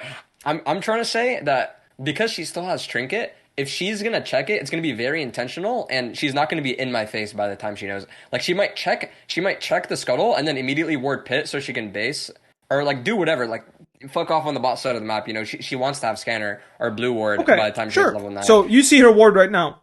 Are you Yeah. not still in a very difficult situation? How do you walk away? I think She wards the pit way- right the way now, I and walk she away- just keeps running up here and just collapses on you. And then okay, casts if she- W, and then if I casts see her- W. Are you gonna make it to the wall here, and then cast it over the wall and leave? Oh, no, She, no, no, no, you'll no, never no, see her I- because she outranges you times 10 with her W. She never I has to don't- walk into your vision range. Never does. No, Never I- has to. I'm taking this because I think I win the fight because And that's fine. I've right. Yeah. I think, I don't like, mind. if I'm she just shows up saying here- why you're like what I'm saying. What I'm discussing is why you should be doing it here because you're reducing the amount of outplay Evelyn has on you. She has to come into you. You're doing it max range here. Not only is the Herald protecting you, if you're standing here and doing the Herald, not only is the Herald protecting you, making it you have an objective to play around and dodge her initial Q, right? So you don't have to waste your W immediately to dodge her initial projectile, right? You have the Herald to dance around with and block the actual projectile. You also have the opportunity to just W over the wall and leave if the fight doesn't look good. So why not do it here? Because she should be checking the Herald. And what I'm saying is if you're doing it in here, right now, and she wards over the wall, she sees you do it, she can fight you. And she has way better angles to attack you than she ever would if you're kiting it here. Because you can also not only protect yourself with using the Herald as a body blocker, you can also just W away. You're in safety. You can just W and leave and be like, alright, well fuck, I tried to get the Herald and sneak it because I know it shouldn't be my Herald, right? It Right. can only No, be I my get what you're Herald. saying. I It get can what you're only be saying. my I get what Herald you're if the enemy saying. team wants me to have it, because if Zed right now, if Evelyn and Zed are paying attention, right? Evelyn, Zed, and Camille, if they are all paying attention, right? Because look at even Toppa, it's frozen, by the way. So Camille can even enjoy, like, can come here. In fact, she should. If I'm playing Camille right now, what am I doing? I'm basing, and the first thing I'm doing is walking here and checking the Herald situation, because I have no incentive to go straight top lane. I don't need to. The wave is frozen. I can come back to it first. I will want to secure this objective. I'm playing Camille. I want this to come on this tower's forehead so I can enjoy an early Sunderer, alright? So it is in my favor to do this. I'm playing Zed versus Lux. I want to go to this Herald and fistfight 3v3 because my champion is significantly better at 3v3ing than Lux. So in other words, these guys not coming to the Herald just is an indication of being shit at the game. And that's fine. Okay. Yes. Agreed. So Agreed. you putting yourself in a situation where you're making this fight harder for you doesn't make any sense. Everyone on their mother on the enemy team wants this Herald, and they just decide to give it to you, and that's fine. You trying to start this Herald and sneak it because this is your only timing is a good habit. What I'm saying is make it more safe. You know, first thing, sweep it. Make sure they don't have info on you. Second thing, drag it in a spot where you can leave. Yeah. I get the angle now. I get the angle now. Thank you, I appreciate it. All right, great. You have Sunderer. You're strong as fuck. Now, yes, please. Let's take a fist fight. Anywhere, anything, let's fist fight. You run straight bot, look for the angle, great. They fuck off, great. You go mid lane after red buff because you see Karma moving, fantastic. I love the killer instinct, you know, let's fucking kill some people. We have Divine Sunderer, my ult is on CD, my flash is on CD. This is not legal. We cannot be having our ult and flash. Clean play. This is a clean play. Check this out. Alright, Q into R cancel, lovely stuff. Check this out. Check that. Alright, we flashed preemptively, very good stuff. Honestly, I agree, very clean, very nicely done. Okay, Let's see the situation. I entered here. How did you int here? Let's have a look. Why did we int? What happened? So, it's just a matter of, like, I just forget, like, legit object permanence. It's object permanence. I walk out, and then I immediately walk in to clear the wave, and then she's just, like, right there, and she could just do that. Here, we go bot, because we know Ezreal's coming from base. And I should have held my E. But I sort of just suicided for the Ezreal. You can use E. Why are you not like kiting? Why aren't you damaging towards here? Like, why aren't you spinning your ult towards his tower? Why are you like you're spinning melee? Like literally, you're gonna click melee range him. Why? You know he's gonna E flash here always. Yeah, no. The thing is like, so we're assuming Thresh will flay him away, so he's not gonna E flash. I mean, he could even E flash up here. Maybe I agree with you. Actually, you shouldn't use E. I agree. Never mind. You should not use E. First thing, I agree with you. I was wrong. You should definitely hold your E so that you can react to what he does. And that way you can actually also kill him if he goes up here. So I actually like the fact. In this case, I agree. If you save your E, staying on top of him is fine, because then you can W in his direction and catch up with E in case he runs up. So I agree. Just saying I was wrong there. Now that you don't have E, you can't catch him. But either way, the other thing you should do here is you should actually, like, after he's in safety, you should just wait. The wave is here. Just block it, freeze it. Karma's showing you she's not going to make it in time before Jinx walks up with the wave. So just... I'm stressed. What's up? Yeah, go ahead. Explain. I'm stressed because I'm pretty sure Evelyn's like close by, so I need to go, and then he controls Lantern, and then I kind of get fucked. I just suicide to Ezreal, so Evelyn. Why are you scared of Evelyn? Why are you scared of Evelyn? Because I don't have R, so why? She has no ult either. She just used it to kill you. You came up base and she killed you. With it. I'm scared of Evelyn because at this point I'm taking power shots. Huh? Yeah, but what I'm saying is you're scared of Evelyn before you take tower shots. That's why you start taking tower shots. Yeah, I get what you're saying. I suppose it's a matter of... Let me just double check this, right? Because Evelyn's ult cooldown, like nowadays, I actually don't know how... I'm going to make sure, okay? Just a moment, right? Okay, if she's playing Ultimate Hunter, it might not be. I'll be fair with you. She ults you right now, gets her 3rd kill. Does she have Ultimate Hunter? I actually can't tell. Let's assume she plays Ultimate Hunter because it's Evelyn, and she's gotten 3 kills, right? She's gotten a kill and assist on top lane, jungle now, and on thingy, I believe. Am I wrong? I think so, right? She's gotten 3 Ultimate Hunter stacks, right? So I'm going to do the math real quick because these things are relevant. You do need to be doing these things in order to understand champion cooldowns. I really recommend it if you want to try hard and obviously play the optimal gameplay you can. Okay, I pulled up her OP IGG. She's taking Relentless.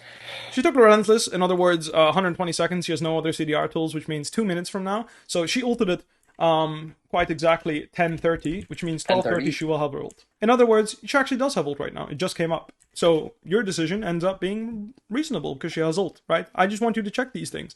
Like right now, she doesn't have ult yet. She's about to. 2, 3, literally it's going to come up right now. So the first thing is, even if she has ult, I think you just crap on her. You have no Magic Mantle and Sunder. I don't think you care she has ult. I think you would literally just shit on her with Thresh next to you and Karma not being there. Obviously Karma being there will change things, but if you're in this bush right now, right now he E-flashes and you stay at this HP and you're just in this bush, I do not see how Evelyn ever gets you to a point where her ult will execute you, given you have Sunder, even if you don't have ult. That's the first thing. You have no Magic Mantle. If you had no MR, maybe. But with MR, I really don't think she will just fucking delete you here. I don't see it. Do you? No. And in hindsight, I think my input should have been Q Smite instead of W. And then Ezreal's like legit 1 HP, and I can safely back up knowing Ezreal's gonna die as a result. Because my urgency here is like, okay, I think I was thinking Ezreal, Evelyn had ult. I initially said no because I guess the passage of time with VOD. I get like that was 2 minutes, so I was thinking, okay, Evelyn's nearby, it's kind of risky. Like maybe Jinx won't be able to get the wave in time, and then like Evelyn, I don't know. It's fine. I don't mind. Like, I'm just breaking down. Waited. I'm just trying to help you think about these things. Yeah. What I'm saying is, I think when you are full HP with Thresh in this bush and Ezreal's 1 HP and you're playing Sunder or Wukong, you shouldn't be scared of anyone, even if you don't have ult. You're still really strong. Yeah. You're right.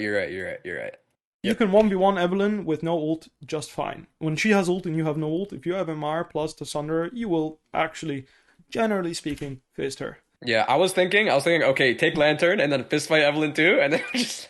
That is a losing fight. Once you get chunked, you will in fact die. But if you don't get chunked right now, in fact, even healed up fighting Ezreal, you're fine. Yeah.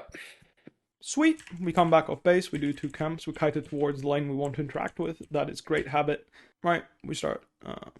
Okay, we see thingy ult, and then she leaves. I would say you should probably continue to hover for the Cassante here, I would say, because, I mean, again, depends on... I would say I would actually look at the situation, because if he cancels R here and backs off, then the play is done, right? But his, like, whole all-out thing, and he's extremely mobile when he pops it, so I actually think he does have the capability of catching up to Camille here after she E's.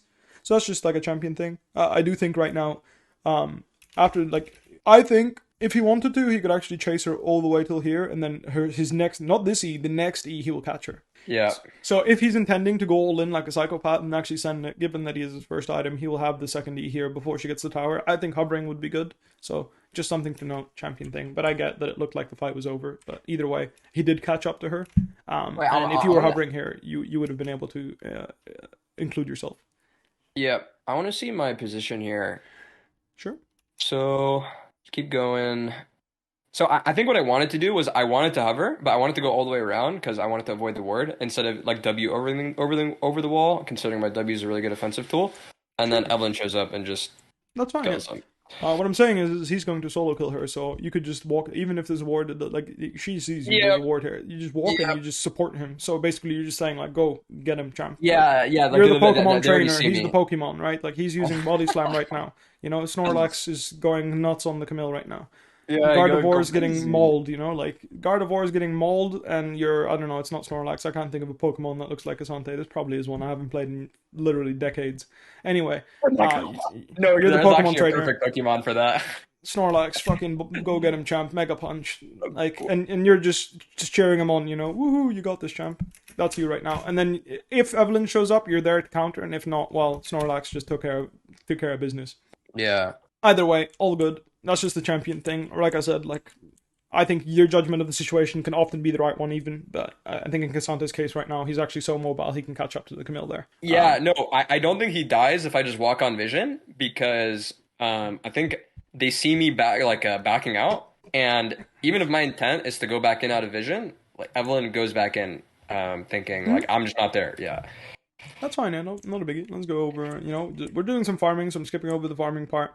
You're hovering for a potential sniff on the Drake, you know, see if you can smite it. Not quite to the angle. Look for Ezreal here to see if he's anything. They have vision on you. All Gucci.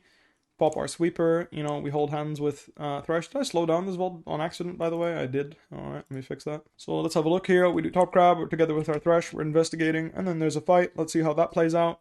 Lexus lands like fucking God-given Q.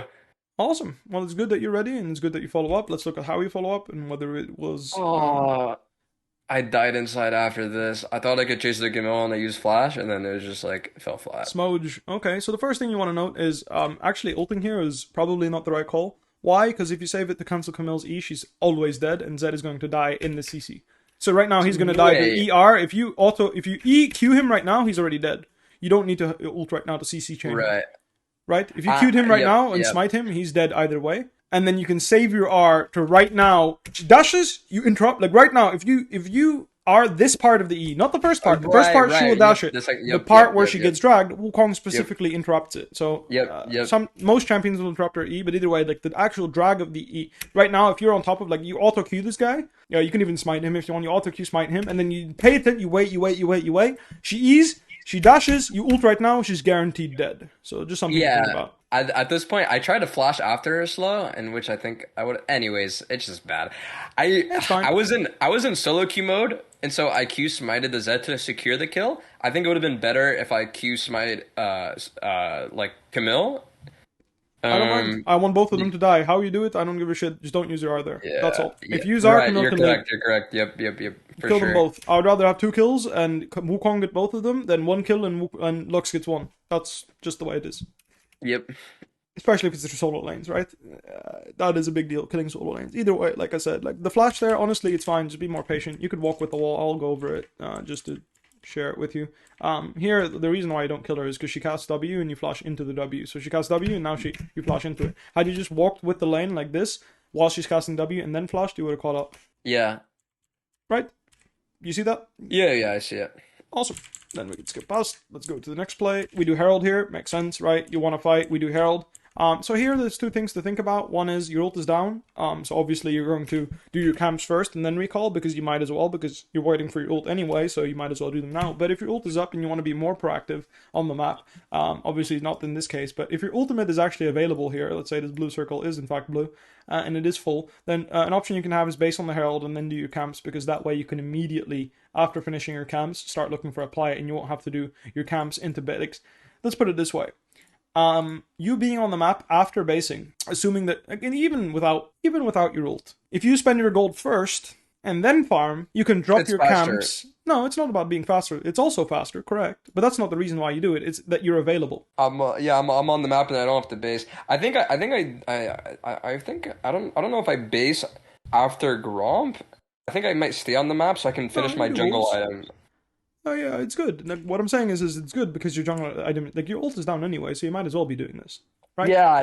What I'm just saying is worried. in a scenario where you don't, when you do have ult, basing immediately after Herald allows you to spend your gold, and therefore when you do Gromp, you can leave the Gromp and answer a top lane fight or a mid lane fight or any. You can basically, You basing and spending your gold unlocks yourself on the map is what I'm saying. You can do things after you've spent your gold. You cannot do anything if you haven't spent your gold, because even if you have ult, why would you pick a fight with your ult up if you have 2,000 gold in your pocket? That doesn't make any sense, right? So I just want you to think about that, right? The difference between spending your gold and not spending your gold, and whether that allows you to influence the map or not. That's it. I agree with you in this case. You don't have ult. It doesn't make any sense for you to, like, exactly perfect. You do wolves into a recall. It gives you the right amount of gold. It gets you your jungle pet upgrade. It gets you to your black cleaver. There's absolutely no need right now to do raptors because your ult's up in 20. So base and walk out on the map. By the time you're on the map, you're going to have ult again, pretty much. So that makes sense. Again, I recommend pinks always, at least one, so get in the habit of buying them. Pinks are good for yourself, not only for your teammates, because more information that the information you put down is going to be relevant. But either way, as you can see, you based when your ult was on the 30-second cooldown, pretty much, or 25-second cooldown. By the time you finished basing and started walking out, your ult is back up. Yeah. So this is a perfect case of, perfect timing, basically, right? As you're walking back out on the map, your ult is back up and you pick a fight immediately. So great stuff. This is what you want to see in terms of efficiency. You have 100% uptime of your ultimate, basically. As soon as you used it to pick a fight, as soon as it's back up, you're ready to pick another fight, which is, that's all I want you to be doing. And what I'm saying is that recall thing where you recall first, take a suboptimal base, so you choose not to get your item. That doesn't always have to be the right play. You don't have to take a suboptimal base. You could still farm per cleaver, but just think about it, right? Sometimes if finishing your 2 camps topside doesn't get you to your item, basing first and being available for a play is more valuable than basing with more gold if it doesn't reach a breakpoint like an item completion. Yeah, for sure. I agree. No, Awesome. you make a good point. Man, what did I want to say?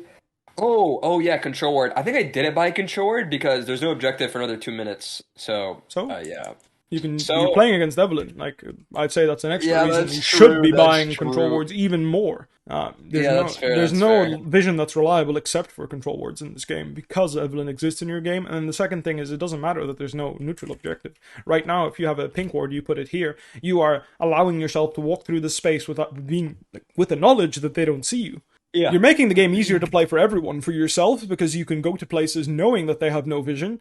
And your top laner doesn't have to be as considered. Everyone on the team knows that there's no vision here, so when you walk past it, they don't have to. Like you mentioned, earlier, you talk to amateur players that are like, "Oh, now I can actually play around the jungler," and this is a part of it, right? Vision is a large part of it. You constantly walking. You've walked past the space twice, both back and forth. If you had a pink in here, you know for a fact they don't see you. So right now, if you want to trap here, you know you can because they don't have vision here. But now, who knows? Maybe they're gonna walk into this bush and know you're in there because you have no vision, like you have no ward.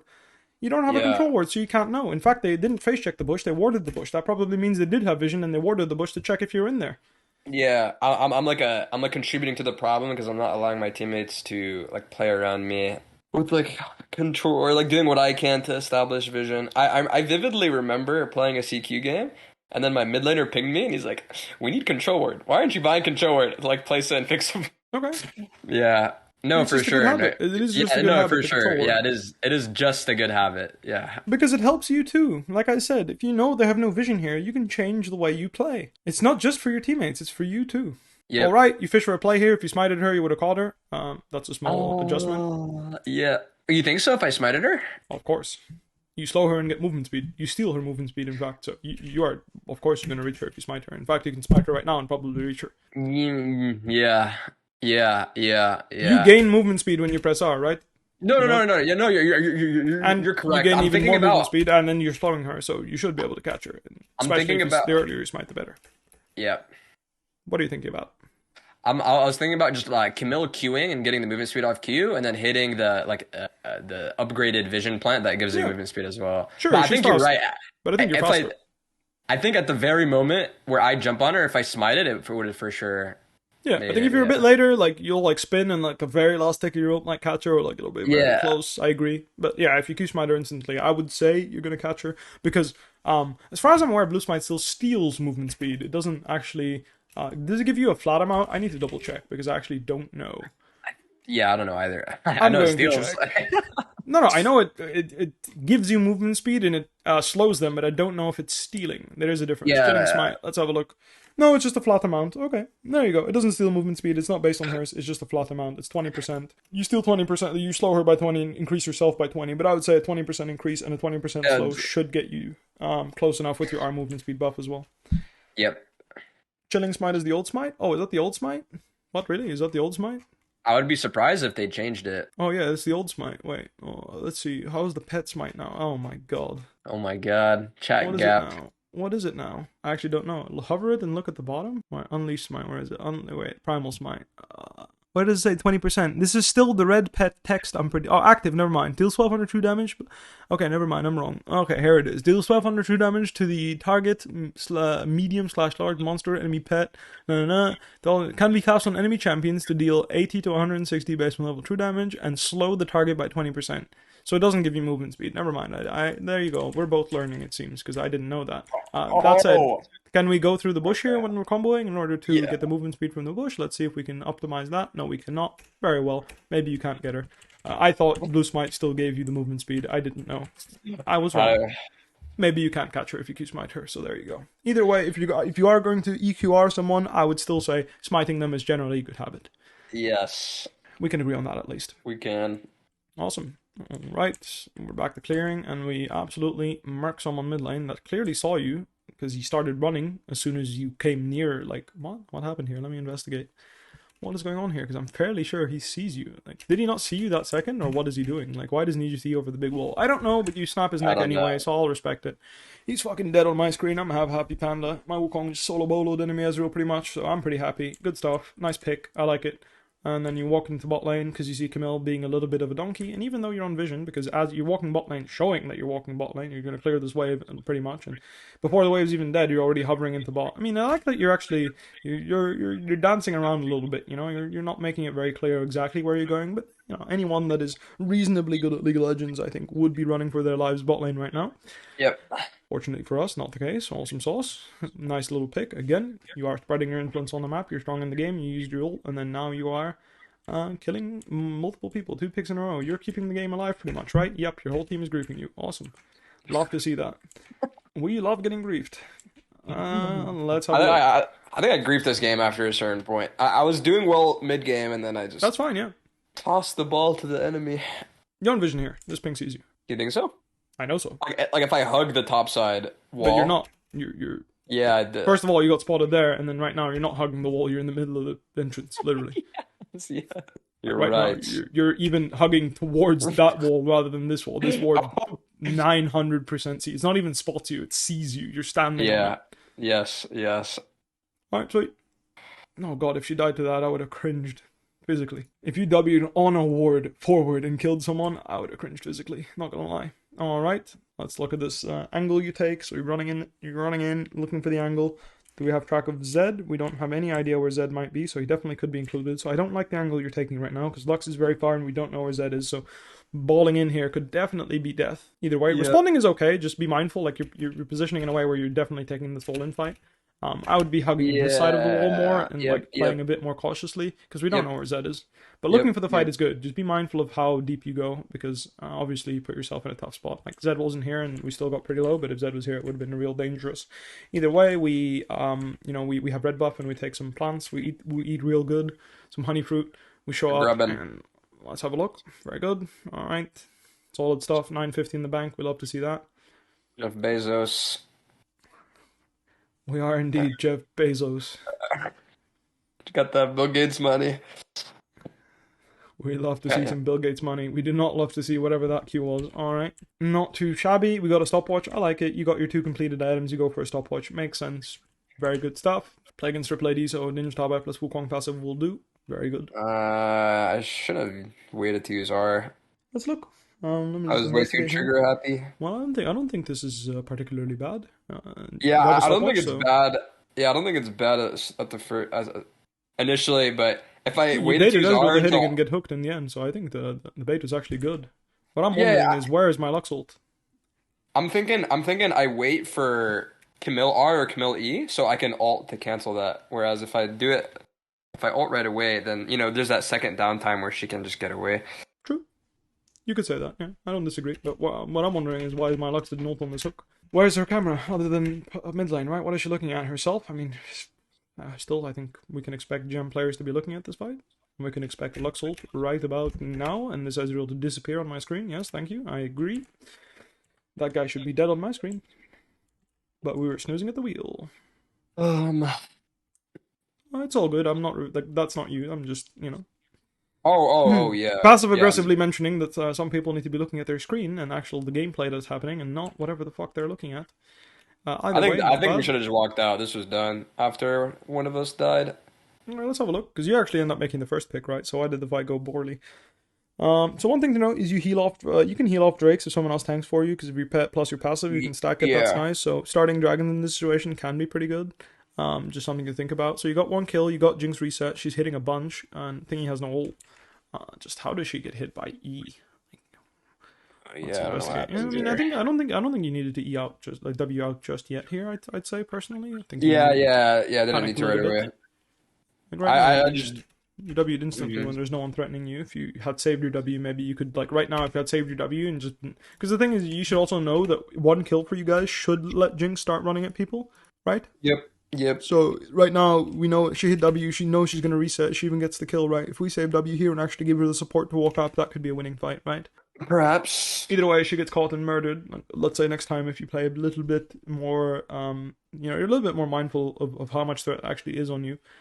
Because just because Camilla and Eve are on your screen doesn't mean they can actually do much to you, right? We could have done something. So one thing is, like here, if you're waiting, I would say either run for your life, or if you're waiting for Ezreal to E in or something to happen, then at least go on him when he goes in, because right now he's going to E in and you're not actually going to go on him. Which is strange to me, because like you're waiting for something. I guess maybe you don't know what you're waiting for, but I would say if you're waiting here, it's probably for Ezreal to E in or something to happen to Ezreal, and like the fact that he E's into you and you don't like jump on him right now and try to kill him means you want to just run, and in that case, just run. Like you're all ready to say, you know what, you can all guys figure it out. I am fucking out of here. This looks fucked.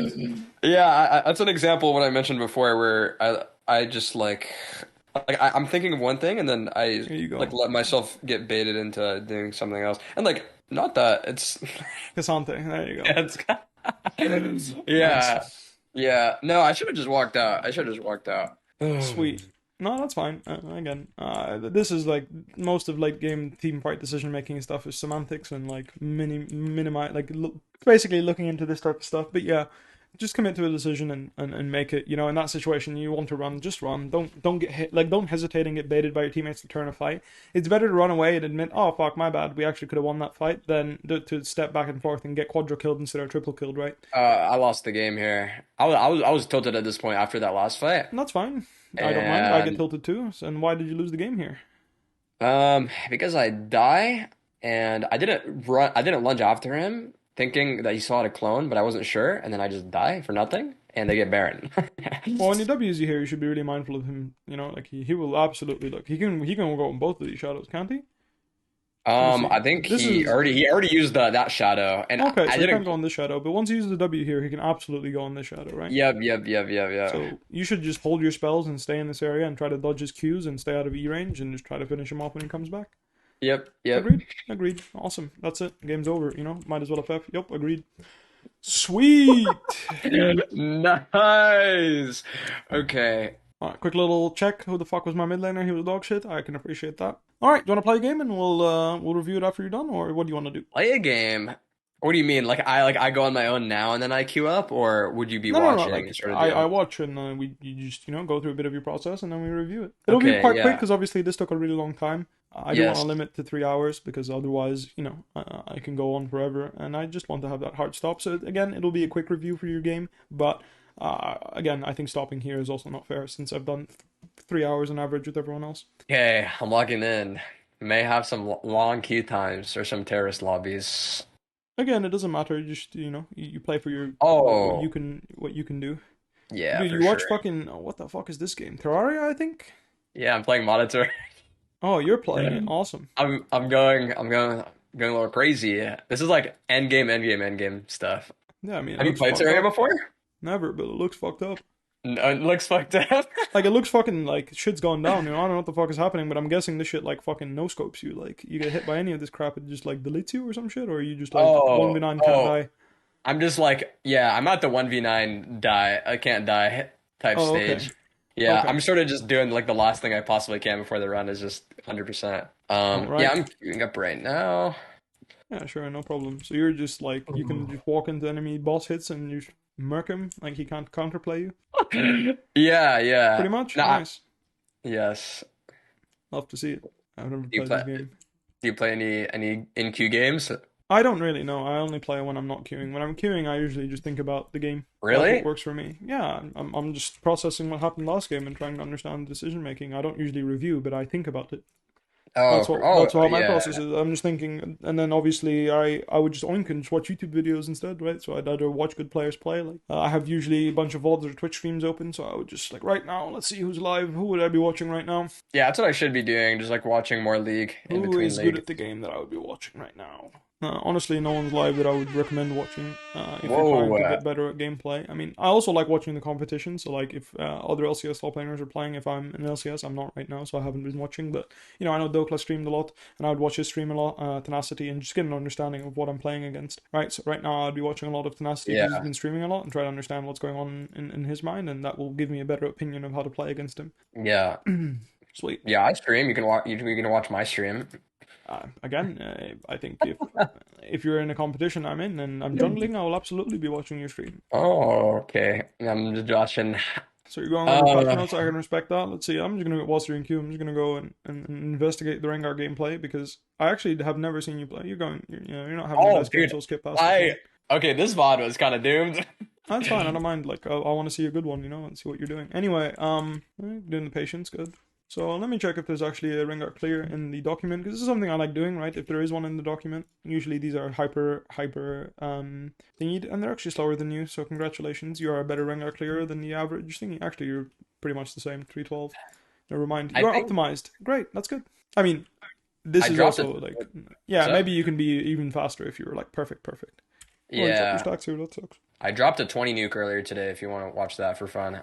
Not particularly. I'm just going through the VOD I'm in right Okay. now. I Yeah, appreciate you trying to promote, but I appreciate that. But for now, I just want to investigate what's on my screen. So for sure. I like the Yes. attempt. If we were a little bit more patient right now, we could have um gotten the thing right. We got kept our stacks up and likely killed them here Yes. because you can connect the bullet. But since we can't, it's a total clusterfuck. What the fuck just happened, by the way? Huh? Like, I need to Oh, investigate I here. remember this game. I remember this game. So this guy forgot what Rengar does or what? Oh, Oh no, that's he was trying to Spica. kill Lee. He was trying to kill. He was trying to kill Karthus. Actually, he wasn't trying to kill you. Never mind. Oh, I was trying to understand why he took the Q here because obviously he's never killing you, but he was actually happy just killing Karthus. I see because he kills Karthus and then he actually autos you, which I think is a mistake. I think he should have just insta ward hop like up here and just tried to run. I'm not saying he will live or not, but either way, he queued in because he wanted to kill Karthus, not you, and that's fine. If he queues in to try to kill you, he just doesn't know what Rengar does. But here, he ward hops. He actually ward hops in Sona to kill her, but again, I don't think that wasn't the right play. And it's fine, just like he can be the best player in the world. I can still review his VOD and understand what he's doing wrong, right? No one plays a perfect game. Yeah. Like here, had he ward hopped here and tried to run, like ward hop here into flash, maybe he can live. If he doesn't have flash, he's dead anyway. So I respect him trying to 1-for-1. Just for Um. clarity. Sorry, I don't remember when you did play jungle. Was that when you were in 2 years NA or ago. were you No, playing no, I was top? in Europe. I Oh, was in okay, Europe. So okay. 2 years ago, it was the year before I joined TL. So before I went to NA, Yeah. that's when I played jungle. Yes. At least competitively. I think I've always played enough jungle and solo queue to be reasonably good at the role. But I would say that was when I actively would. I could say with confidence I was one of the best junglers in the world because I played at Worlds. And if you're a jungler and you play at Worlds, you're probably one of the best junglers in the world. Just like if Or- you're playing any role and you're going to Worlds, you're probably one of the best in the world. I think that's fair. Yes. Awesome. All right, we're looking for a bot gank. We want to speed up the process because we have our ferocity stacks. Makes a lot of sense. Let's look at the execution. Again, I'm just reviewing this because I can. We're just waiting for the game. Oh, I Yeah, missed just my good bola. mechanics. And you missed your Oh auto my attack. god. It's Oh fine, my doesn't matter. god. This is why you Yeah, review it's things. good. It's just like it takes you 2 seconds to absorb the information. What will you do like next time? Are you going to change your approach? Are you going to hold your bola here? I would say you would. I say you should. What do you think? Do you think you should hold your bola here? The thing you queuing and then hopping Um, here, like, would you say you should hold your bola here? Because I think you're guaranteed going to catch up here with the jump, and then you can jump on him and bola him. Then that's what I I think. think I think I'm gonna catch up to him no matter what. So I want to throw my bola midair, and if it hits him, and then he's like 100% dead, right? But you're going to catch up to him no matter what you just said. So why would you use your CC that you could potentially use to make her potentially die? Oh, I'm thinking she could just E over the wall. Uh, But you don't need to use your empowered Q to kill Heimerdinger because he's dead no matter what. So you could empower E her, and then maybe someone else can kill her. And right now, if she wants to E right into Talon's face, I'm pretty happy with that. I'll be fair with you. Oh yeah, Tom's there. Yeah, no, I I'm could just have done saying, that. just something No, to you're think right. about. I could Right have done now, that. if you didn't use your tool, because again, you use your tool to literally to hit the fucking tower, so you didn't need it to kill him. Obviously, the attack speed's nice, but we can agree you could have just hit him once and then walked him down and hit him again, and he's dead anyway, right? Right now, if you hit, like, instead of queuing this, if you just auto him and then walk with him and auto him again and then bola her, and then Karthus queues her once, he has no mana to do more, but queues him once, you walk up, you hit her.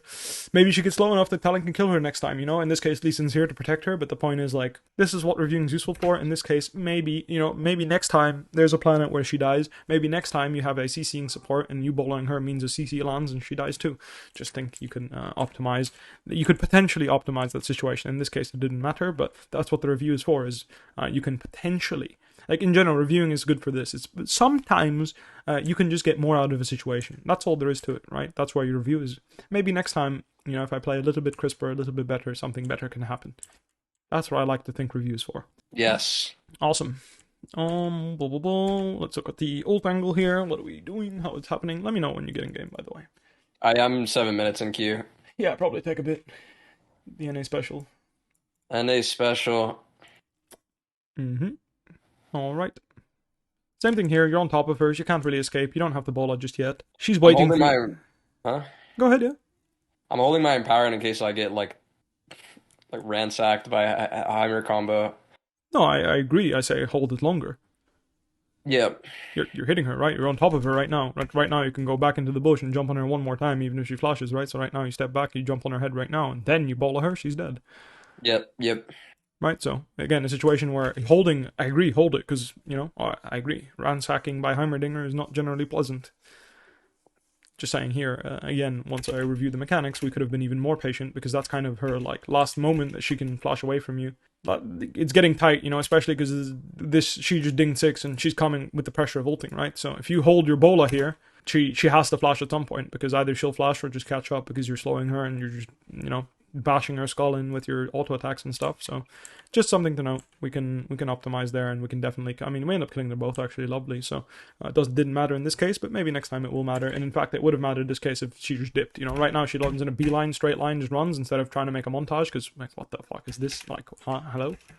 What does he think Zeri is? Like, huh? Like, what? Yeah. Why does he think he gets a triple kill here ever? Like, let's be real here. The only time you would turn around as Zeri here is if you genuinely think you can triple kill. Let me just pause when he ults, right? I need to get that frame right, because Jesus. Yeah, he's. Jesus, who in their right mind really thinks this is a triple kill angle? Look, she's walking into this and she thinks she's triple killing this.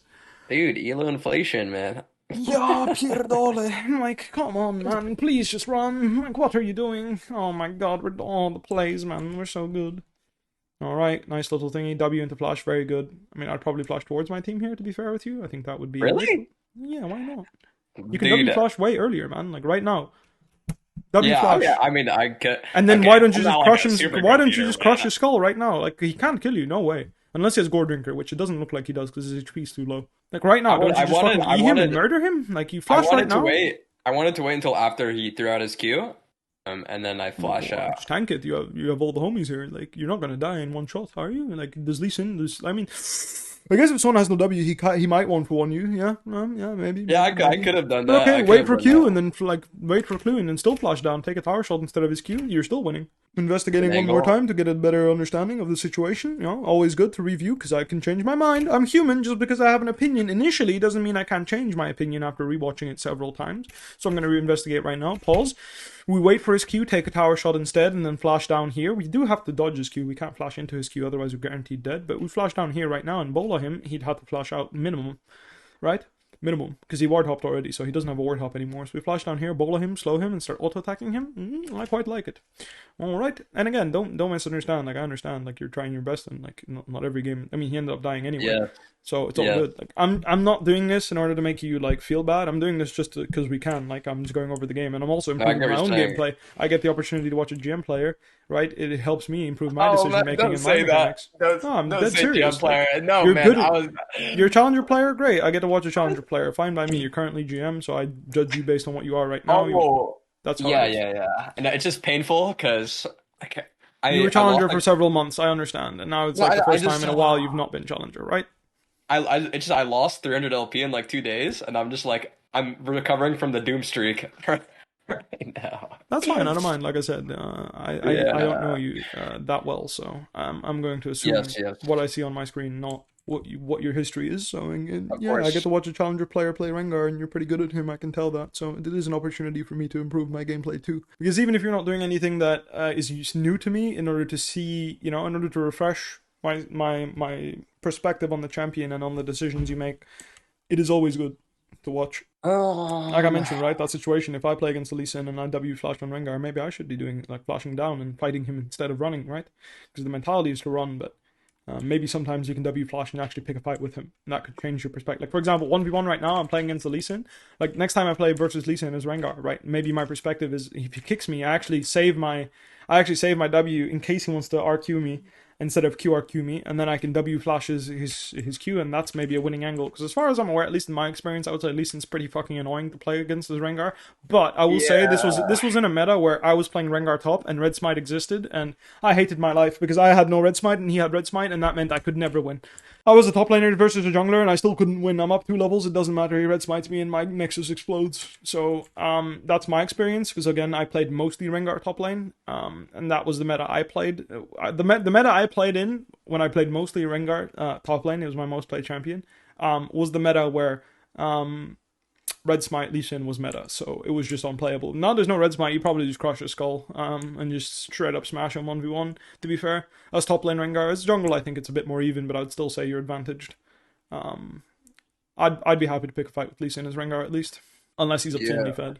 But I would say if you're both even, I'll still say I think you're advantaged. I think in jungle, as soon as I get my tabs, then I'm like pretty solid against him. Otherwise, he can kill me in his ult, like I'm just in the air. You think so? Can't you, like I said, can't you like I mean, obviously, it Oh depends. well, It depends on the it, fight, right? But I would say you yeah, can yeah, fight it him. depends on Like, the fight. I don't think you beat him, but I think you can fight him. And like, I don't think he just beats you either. I don't think he just ward hops into you and murders you. There's no way. Yeah, yeah, yeah, yeah, yeah. That just means you're about equal, right? Like both champions can fight with each other. I would say, and that's good enough. Like Yep. champs are just really strong like Lee, but the fact that Rengar can actually fight him is pretty big because you scale way better than he does. I can respect the build. I don't like anti-healing on Rengar. I don't see the point, right? Like, Really? You think so? well, Okay, why are you buying anti-healing for? Let's look at the game. here Like, here's my who idea. you debuffing? Here's my idea. So ever since LDR changes, now the only difference between or like the Last Whisper item changes. The Yeah, only difference sure. between LDR and Last Whisper is LDR has like the Giant Slayer passive, No, I'm aware. Yeah. and yeah, the Mortal Minder has a right. And so a lot of the times, especially on Rengar, I guess this would be more efficient on ADCs. Like you're barely getting any sort of No, I mean, value I out of the agree Giant with Slayer. buying Mortal Reminder. I Yeah. just don't know why this is the first component of the item you buy. Oh, oh, I That's what I think said. Like, you rush the anti-healing item. Why don't you prioritize getting your tier 2 shoes right now, leaving it at the longsword, get your tier 2 shoes, and then... Because what I'm saying is you getting this yep, yep, 1080... yep, yep, It's yep. I 1080, hear what which you're saying it's now. actually 580. It's not 1080. It's 580 that you're getting when you could be just Yep, having Merc Treads right now with the longsword. I'd rather have Merc Treads with longsword than I'd have anti-healing because you're only applying it to Lee Sin in this game. Whilst, yes, the yep. item is good for you, I agree. I think you should buy it last. You should try to avoid buying it, if anything, because it just doesn't do that much for you. So this is like I get exactly what you're saying.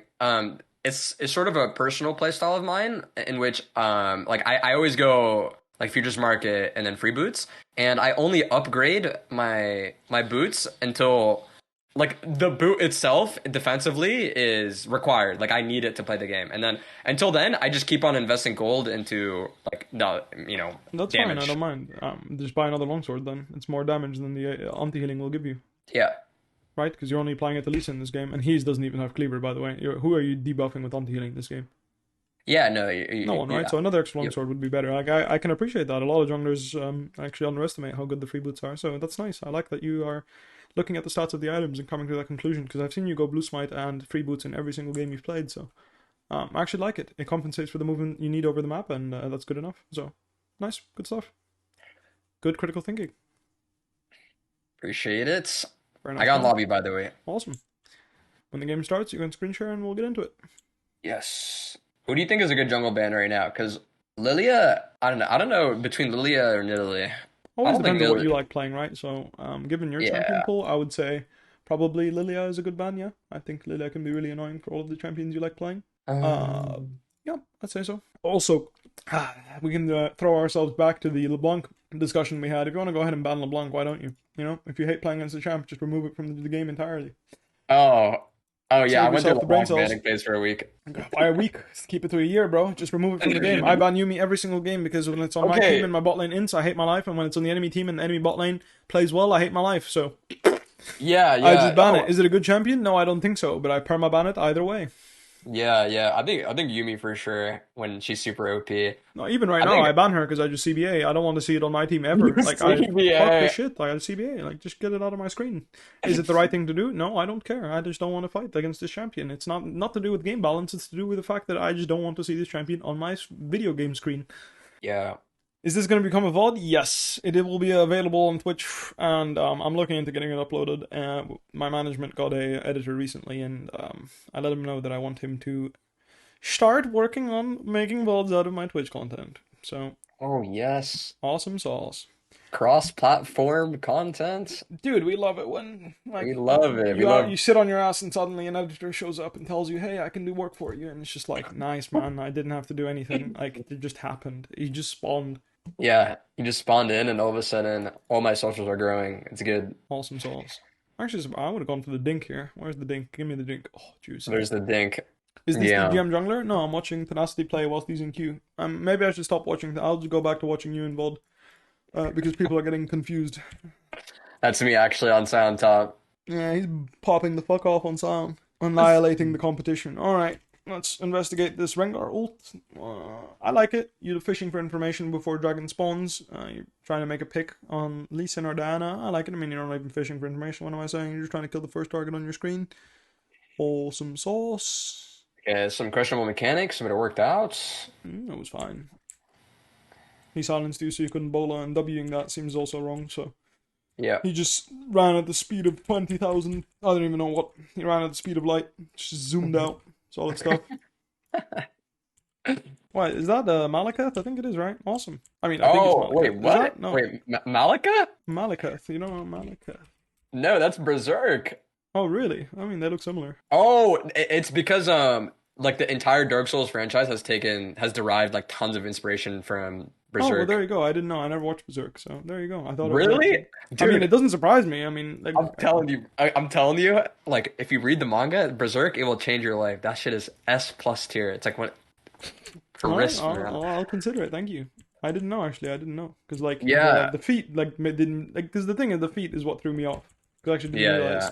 that it was a human. I thought it would be a more like a beast human type, which is well Malakath. Oh yeah, no, that boss looks sick. It's funny that we're opposites in that regard. I haven't played Elden Ring yet. I want to get around to all those games though. I'd recommend it. If you have like 20 hours, like not maybe longer actually, more like honestly like 200 hours to waste. You can play a game like that if you want to get really into it. But you can also play the game in like I would say it takes you about. I would say like for me it took me about to finish that game for the first time I played it took me about 90 hours I think. But again, it was my Yep. first Dark Souls game and I got my ass kicked multiple times, so it was a struggle. Yeah. Oh, you got the Fiora, the fucking Fiora experience. Oh, Smoge. Playing Gragas and getting the Fiora experience. The way to counter this is just start Raptors with level 1 Q, just in case you want to not get fucked like this. Sorry, my chat was abusing my soundboard. I I don't had to mind. disable everything. That's fine, yeah. So anyway, like I'm just going over this world, but if this can happen, this can be Fiora, Riven. These champions can do this. What you can do is either you start W and start Wolves, or you start Q and start Raptors, and that way you can't really get harassed. Especially if you start Q with Raptors, it's really hard for someone to come and stop you without like putting themselves at risk. It is possible if they like late invade you with 3 people, but you know, just like you warded here for all the stuff to happen, you could ward here, and then it'll be easier for you to play around that. So something to keep in mind. Also, you can get harassed at Raptors and Wolves, yes, but generally speaking, people Yeah. don't do it because, you know, that would take them innovation and not just watch a VOD of someone walking to Blue Buff level 1 with Fiora and doing it. So they would actually have to think for themselves, and as we all know, no one does that. Nope. Nice, really good reaction. Gets you guaranteed kill. Lovely stuff. Nothing special, but still, I will commend the fact that you did it. Correct play. Rumble comes to collect your Nexus, so Yeah, that you kind of snapped sucks. our. It's fucking Ghost Rumble. That's fucking nasty. What the fuck? Dude, this guy needs to see a psychiatrist. Like, who the fuck does that? Plays Ghost on Rumble. That's disgusting. Like, it's disgusting in like the worst way possible. Like, Jesus, that's nasty. Dude, what's up with not going futures market on Gragas? What changes? I just like I run the rune so much. I just like I okay, so here's the deal. So here's this like forbidden tech. So when you're in debt, you generate gold faster than normal. So you generate gold at like 1.5x the speed. Oh, So really? I being didn't in know that. debt, so when you're in debt, like unless you're like 20 gold in debt, it's like not really worth for the minus 50 gold. If you go completely in debt, the minus 50 gold is like sort of like fake gold. Like you're not actually losing anything because by the Oh, time I you're see at it. zero, right? And so a trick that I use with futures market a lot is if I'm like 30 gold away from an item, you know, you generate two gold per second, and it's like you're gonna burn a lot of tempo just by sitting there. So what you'll do is you buy an item, you go in debt, and then you refund, and you save a couple seconds worth of time by doing so. It's That just like doesn't my own explain why you little. don't have it on Gragas. Just Yeah, saying. yeah, That's why I yeah. started asking you, and I'm still curious. Why don't you have it on Gragas? Because inspiration is great for him. Oh, wait. Oh, you're saying I didn't take it here. Oh my Yeah, because that God. should be a fat dark seal in your inventory right now. Yes. I didn't take it here because I just I do runes when there's like 10 seconds left in the lobby a lot of the time, bad habit, and I just like search it up. I was like, oh, I'll just run this. All right, that's fine. You can go futures market plus cosmic. Cosmic is really good for Gragas, obviously. Since body slam flash is one of his best tools, and having more body slam flash is just a positive thing. We all want to bomba on our opponents, do we not? And one cannot bomba Yes. unless they have flash. So therefore, we come to the conclusion that cosmic insight is necessary to play Gragas because then we can bomba. Agreed. Thanks that we could come to this conclusion. Yes. All right. Well, we I do not entered bomba here. I here. All entered right. here. Yeah, I we entered here. I absolutely do entered not here. bomba that. I That is entered here. not bomba material. This was a Agreed. bad game. We somehow came back and then we engaged on Zach 20 minutes into the game and just lost it. No, It not is surprising. All right. Nice little full stack Q. okay. Bonk him on the forehead. Love to see it. Getting absolutely balanced on by Zach. Love to see it. Oh, I like that you're patient there. I would have thrown out the Q because I might as well, but I'll Yeah. respect it. Yeah, AP champions are generally better than AD champions, I would say. Because I feel like Amtome is more of a meaningful spike than a longsword, personally. Though longsword is nice, I would say Amtome generally is like a bigger deal. Like an Amtome is 20 AP, a longsword is 10 AD, so I would say an Amtome's usually better. That's my experience. Again, also being able to buy Dark Seal pretty much at any given point in any given recall is Wow. also really nice with futures market. So that's my experience. But yeah, futures market is just good. I like that you use it. I like that you have your own strat with the boots and stuff. So happy to see someone innovating their own strategy and using it to, good effectiveness. Also, really cool that you actually knew this because I had no idea that futures market generated gold.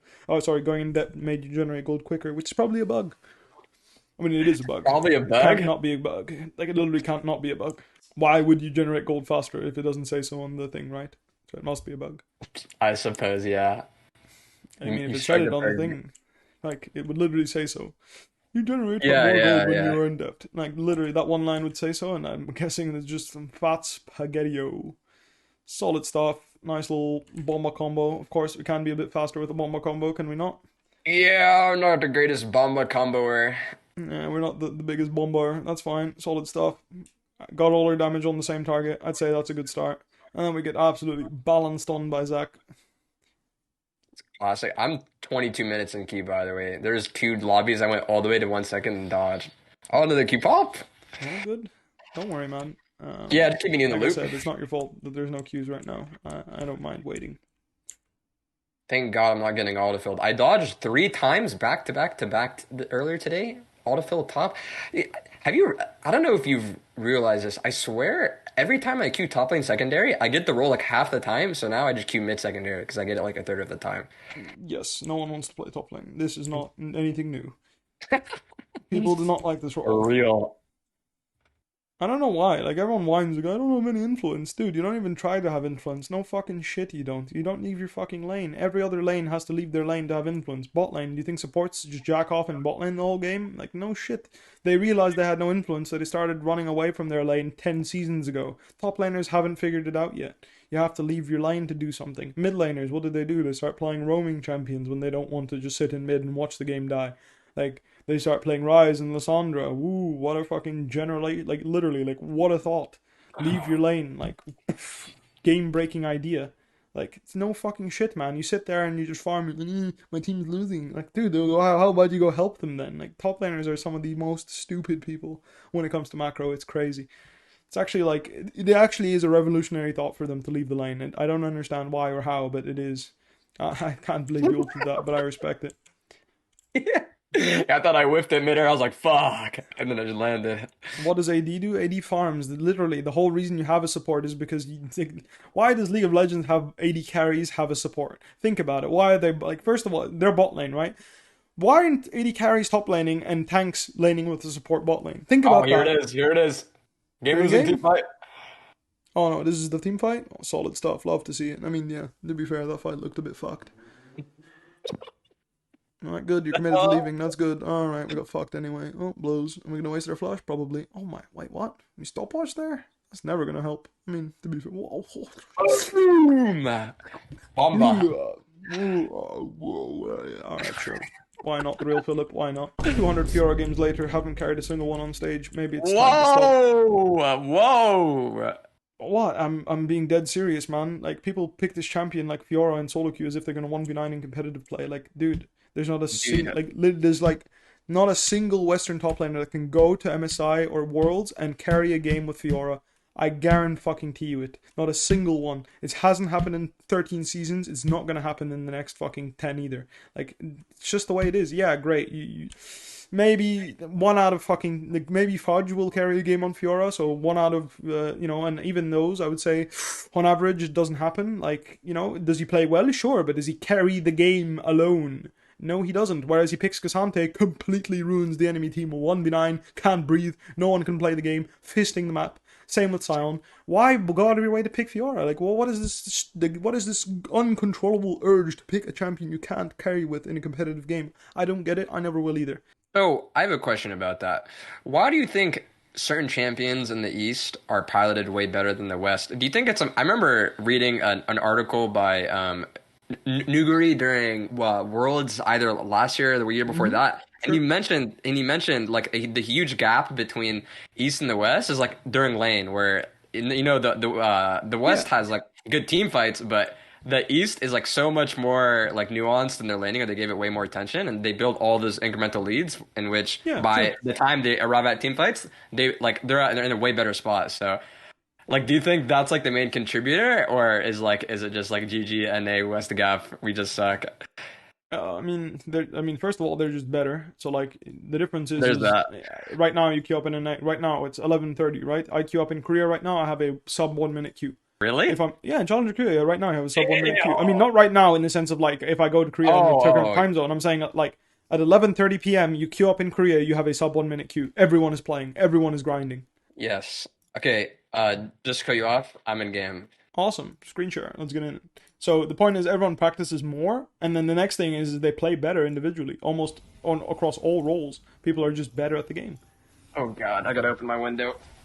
Oh my god, I'm seeing... Oh, there we go, fixed. Let me just close my screen sharing so that doesn't happen. And let me record this real quick.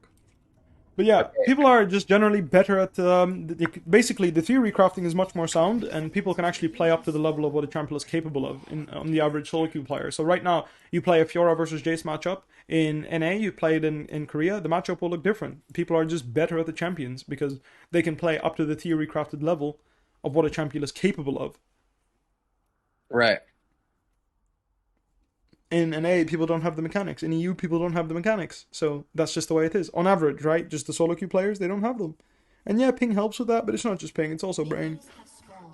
And that's why I VOD review Korean Challenger only. And that's why when I went on stage and I played against these players, I did not get railed because I actually based my gameplay off of them. And also, keep in mind, on average, I would say the solo queue is better quality, and on average, the players are better mechanically.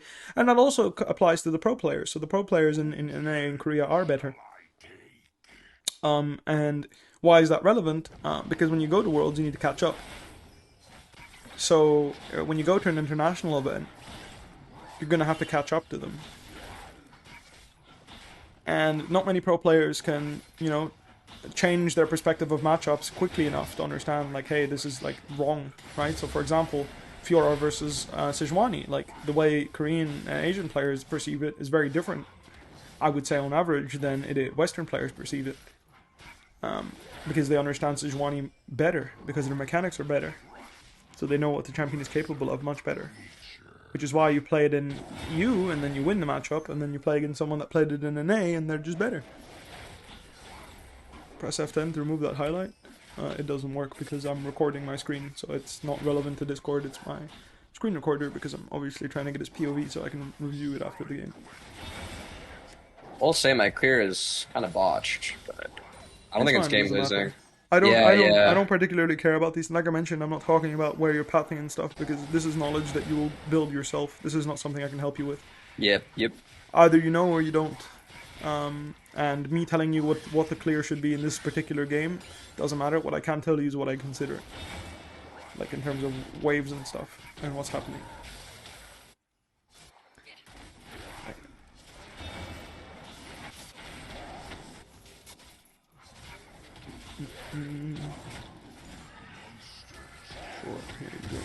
Thinking, your minimap is huge, bro. Oh yeah. Having a very large minimap or what? Your UI is also way bigger than my large minimap. Humongous minimap. Thinking I should have skipped Krugs and ordered this for Wukong, but wait, what?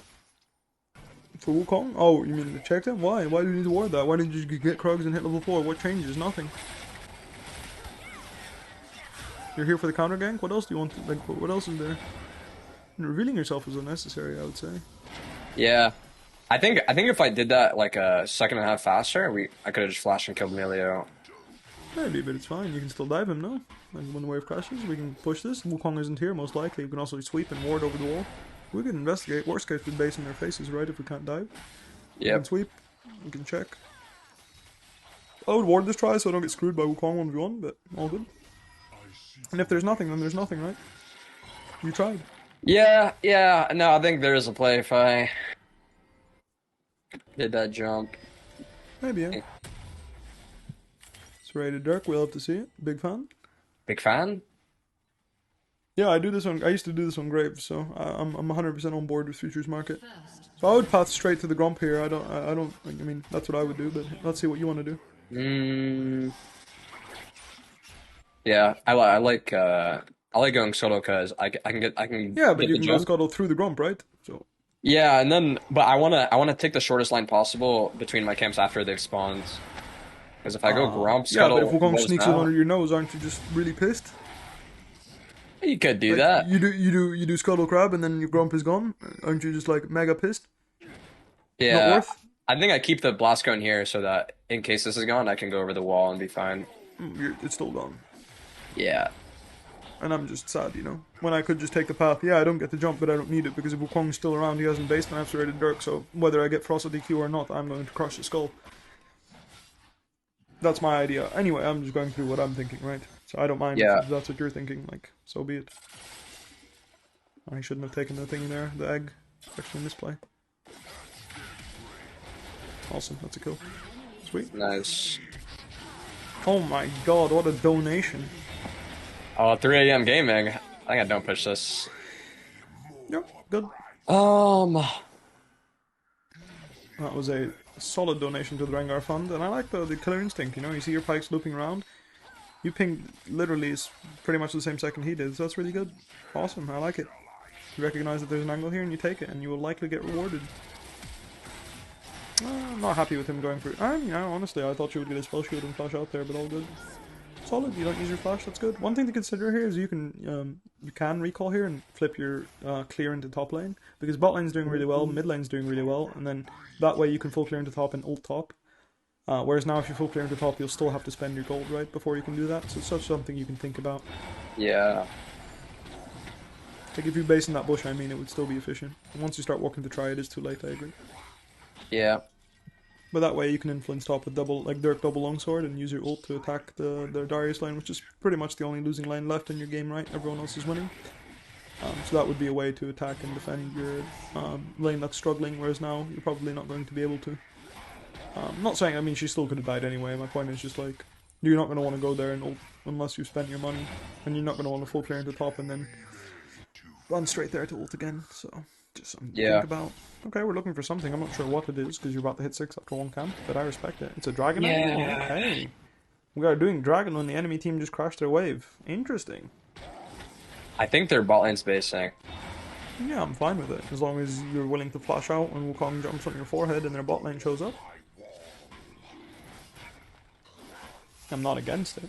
I just think it is a spicy play. Yeah, Also, it's yeah. smart to secure the objective, so I'm not I just- entirely sure I agree with it. Okay, I need my pike. I need my pike, it's worded. Pike! I think slowing down DPS so you can smite it would make sense here. But it's all good. You secure it. Alright. No, I've had... Sure. Sorry, go on. No. I'm just narrating what you're doing. Don't worry, you can talk. Yeah.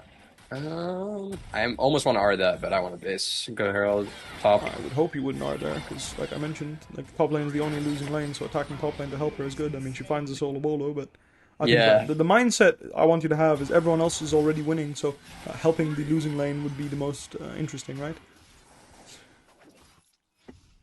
Look at it this way. No, go ahead, yeah. Go ahead. I used to have that exact process, process for a while, and then at least maybe in the past year, I would say I switched to more so. Okay, this side is losing, so I'm just gonna try and get the other side winning, like even harder to try and counterbalance. Yeah, I don't mind. I think it's also a good way to look at it. So if you want to do that, you can do that. I would just think that if it's within your ability to not lose efficiency, to attack the losing lane and help him. So basically, what I mean is, if you really just you only actually commit to helping when it's good for you. You don't actually go there unless it is good for you. And when you're on your timings, when it's good for you to gank, you will gank and help the Gwen, but you will not force anything, right? So it's like literally like right there, right? Like let's say you did the clear where I said you base in the bot push and then you path up and you hit level 6 and then you see and there's nothing, you just base and walk in the bottom side again, start the dragon, etc, etc. So the point is if there is a timing to use, or there's an action to be made that is lucrative, then you'd go for it. And if it's just not very lucrative, there's not much gold to be earned and it just doesn't look, it looks sketchy, then you say, you know what, I don't think I'm going to. Like I said, like here, this is what I consider forcing. Gwen has this no ignite. I would never look for this gank personally. Oh really? Right there. Yeah, never. This gank is terrible. I think. Never in a million years would I have ganked here, or even looked. I would have just gone straight to my wolves and said, "Screw you." Oh shit! It's all good. Me server. You have bola, so you should be fine. Sweet. Well, that was an int. It's a bit spicy though. Yeah, probably your flash. Yeah, that was an int. Yeah. Oh, not bad, not bad.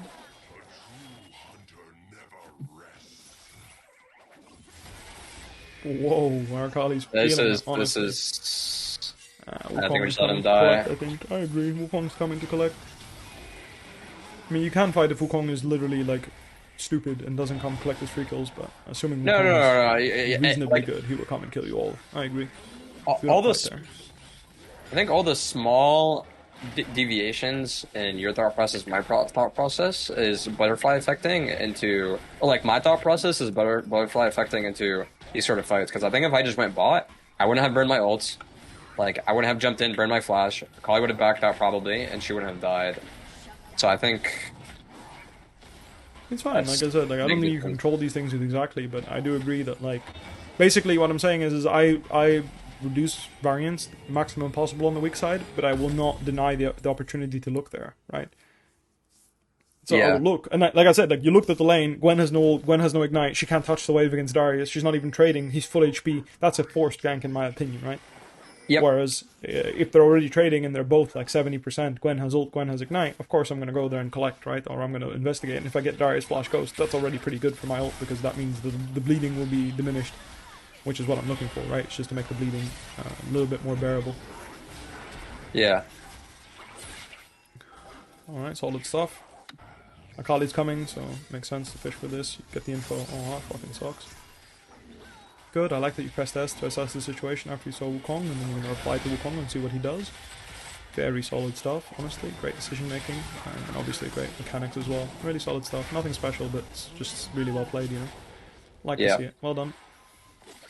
One thing to note, I like pressing tab here, and if my Samira gets her mythic item from this Herald gold, I will drop it. So here I would drop it. Yeah, I would drop it. I want to make sure she bases with her shield bow here, so I would drop it here, but again, you don't have to.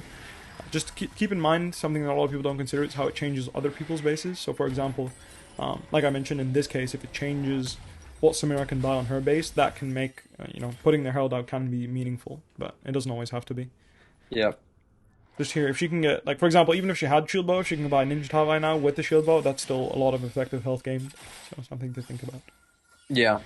So Drake is coming up and you don't have Ultra 45, so I'd actually prefer to see you go into topside camps because you're going to be waiting anyway for your ult to contest this space. I would say personally, like, I would just do these camps to be a bit more efficient. We're waiting on a Kali ult, we're waiting on a Kali ult and your ult, right? So doing 2 camps whilst we're waiting on those cooldowns to be at full strength, I would prefer, and then say Pike, tell Pike, make sure Pike wards the Drake. I think that makes more sense, more use of your time, more use of his time, better use of our time, but obviously being here does mean that when people face check you in grief that you can punish them. So this is the alternative where you are paying with opportunity cost for doing the camps, and in this case it might reward you with a double kill mid lane instead. So shows you both sides, right, of the potential of being here and making a play compared to just farming, which is what I would have done in this case. So honestly, great stuff. This will also open up a potential ult ball if you want to. Obviously you're 2v1 right now. I mean, she'll just fucking do it by herself. Jesus. Yeah, I was thinking about it. I think my job as a jungler, though, is I should just, if I see the opening to take the objective, I just take the objective. I would say I agree with you, but if you can kill people and then take an objective, I think that is generally better. But Yeah. I don't think you're wrong, that's just the difference in opinion. Like, again, you reduce variance by not going for the play first, right? You take the objective and secure it, I respect that. Yeah, I think, like, I've definitely missed out on dives. Like, I'm getting question mark pinged by my teammates. Because you're doing objective first, I get that. But it is the safe thing to do as a jungler, because if you make the play and you fail the play fails because someone griefs you because they mechanically misplay or whatever, then you don't have to deal with the backlash of not getting the Drake, right? Because that's ultimately, like, that sucks for you because you really wanted the objective. Because people forget this, but an objective is a camp too. Like, that's actually something to consider, is like, doing a herald or a dragon instead of a camp is literally just getting an objective, because you are getting golden experience for that objective. Drake not as much, obviously, as Herald. Herald is huge, but like, it literally took Herald being 300 gold for some junglers to actually do it over camps. It's kind of hilarious. But when it was 100 local gold, it was still pretty fucking good, Like, I'll be real with y'all. I missed the old Herald where it gave you empowered auto for the rest of the game. That was kind of spicy stuff, yeah. Yeah. But yeah, it gives you experience too, so something to consider. What elo is he? I don't know, maybe we could consider using the title. Alright, solid stuff. We jump first, makes sense. I like that you waited a little bit. Nice, I like the way you comboed there. You were waiting with the Frosty until you had your second Q, and then you just snapped his neck. Very good stuff. Close. Awesome. I mean, just a really clean game. I like the way you played this game. Like I mentioned, a little bit of difference in small things, but otherwise, everything you do makes sense. I think my biggest downfall is I play, like, decently clean for a portion of the game. And then you lose your mind? Yep, and then I just throw. Okay, well, I'm actually... this won't happen because this is a 15 FF type of game, all 3 lanes. Yeah, there it is. There's not too much there. That's funny. We'll go over it real quick, and then I'm going to send you off with some general advice. That will probably be more relevant than this review, but hopefully some of the discussions we had helped you understand what was going on. I mean, some of it was not too relevant, I'll be fair. Like, a lot of it was like arguing about stuff like LeBlanc and shit, but like, I don't mind. Good stuff. It was good stuff.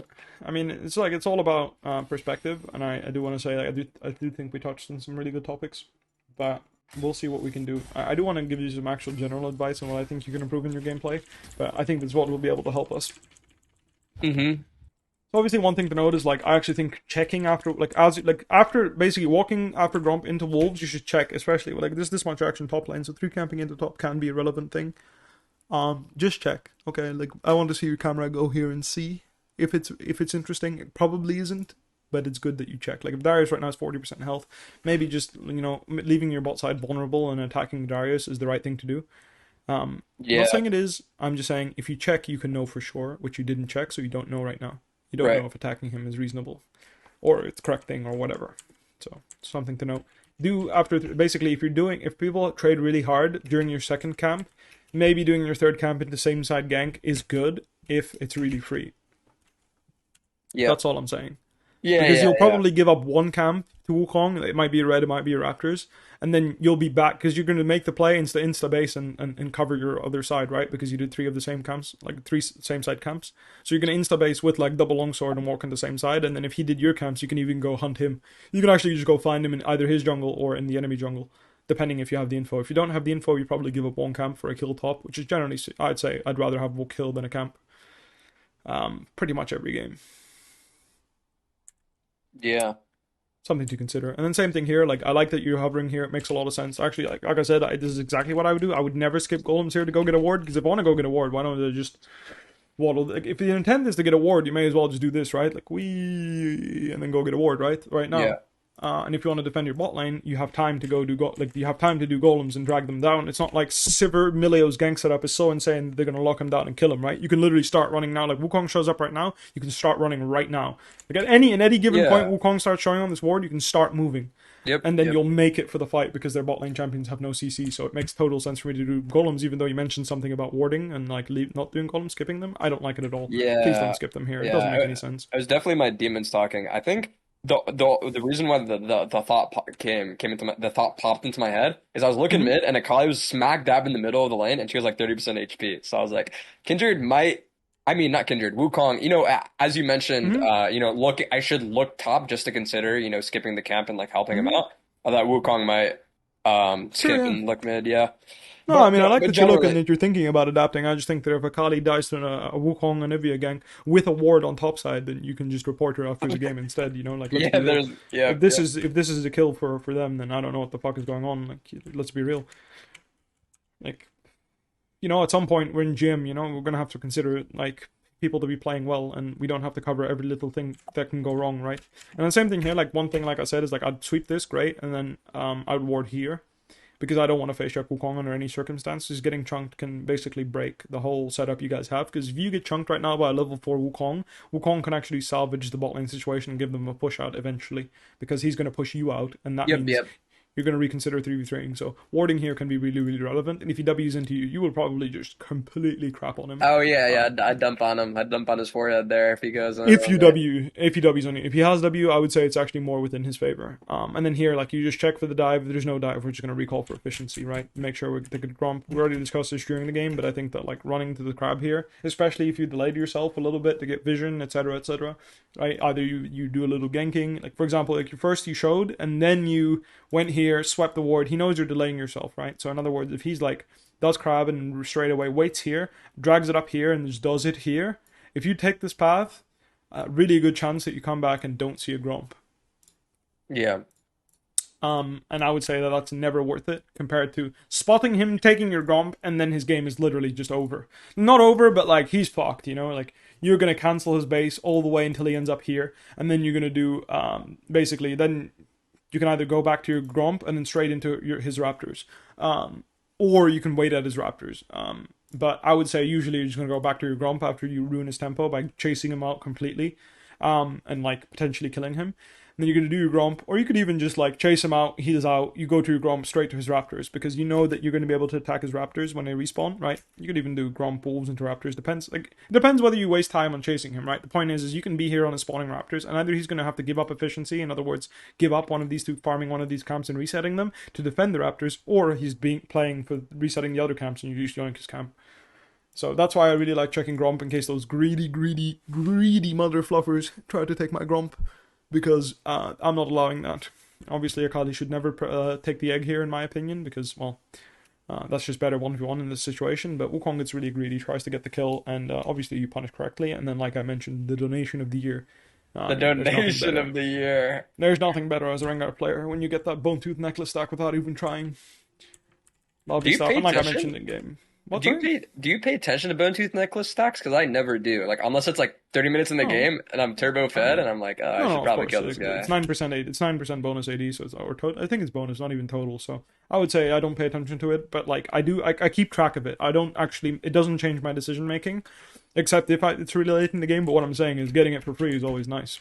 Oh yeah, no, yeah. I was just wanted to ask for your opinion because I'm the same way. Makes sense, yeah, I mean, getting it for free, I'm great, you know, love it. But I'm not going to go out of my way and be like, I have to kill this guy, it's my last bone tooth stack, I can't play without 5 stacks or whatever. Nah, never. Yeah, that's what I'm saying, yeah.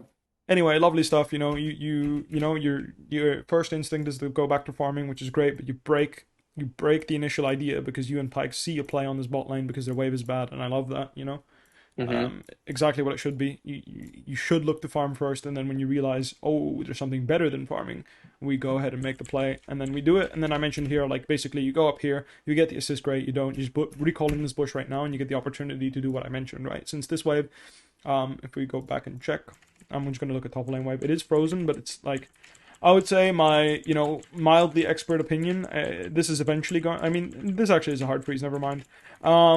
It's a hard freeze, but either way, if you recall in this bush, you can influence that situation. Rengar is actually one of the champions that punishes freezes rather well because he actually sneaks up into the third bush and just murders you. Yeah. But even if you're not playing Rengar, Wukong or Viego, for example, can do it really well too. But the point is you have the option to recall in this bush and then clear from golems all the way up to top. It's something to think about for two reasons. The first thing is you recall right now, you do back the golems, yeah, and then into top. You're going to be back bot lane for when the second wave bounces, right? So this is the initial wave that's coming right now.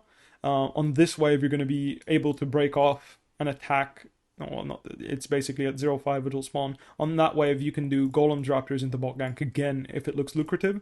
Or if your bot lane wants to, because they're so strong, you can also do recall into Golems, Raptors, Dragon, and then play topside from that point onwards. Because obviously, 2 minutes till Herald means you're going to want to be topside for this. And thinking that this is going to take us, a recall into walking here is going to take us 30 seconds, doing these two camps 30 seconds, into Drake about 20 to 30 seconds again, and then we're 30 seconds off Herald spawning, and we're going to be playing topside with level 6, which is going to just be a very standard Herald timing for you to start playing around. And like I mentioned, look at bot lane, right? They push this wave, and then on the next wave they're going to have to catch, and then on the third wave, sorry, I actually misjudged. Let me go back and revisit this whole sequence so that I can actually give you the correct order of play. So this is going to be the first wave they catch, then they're going to push the next wave.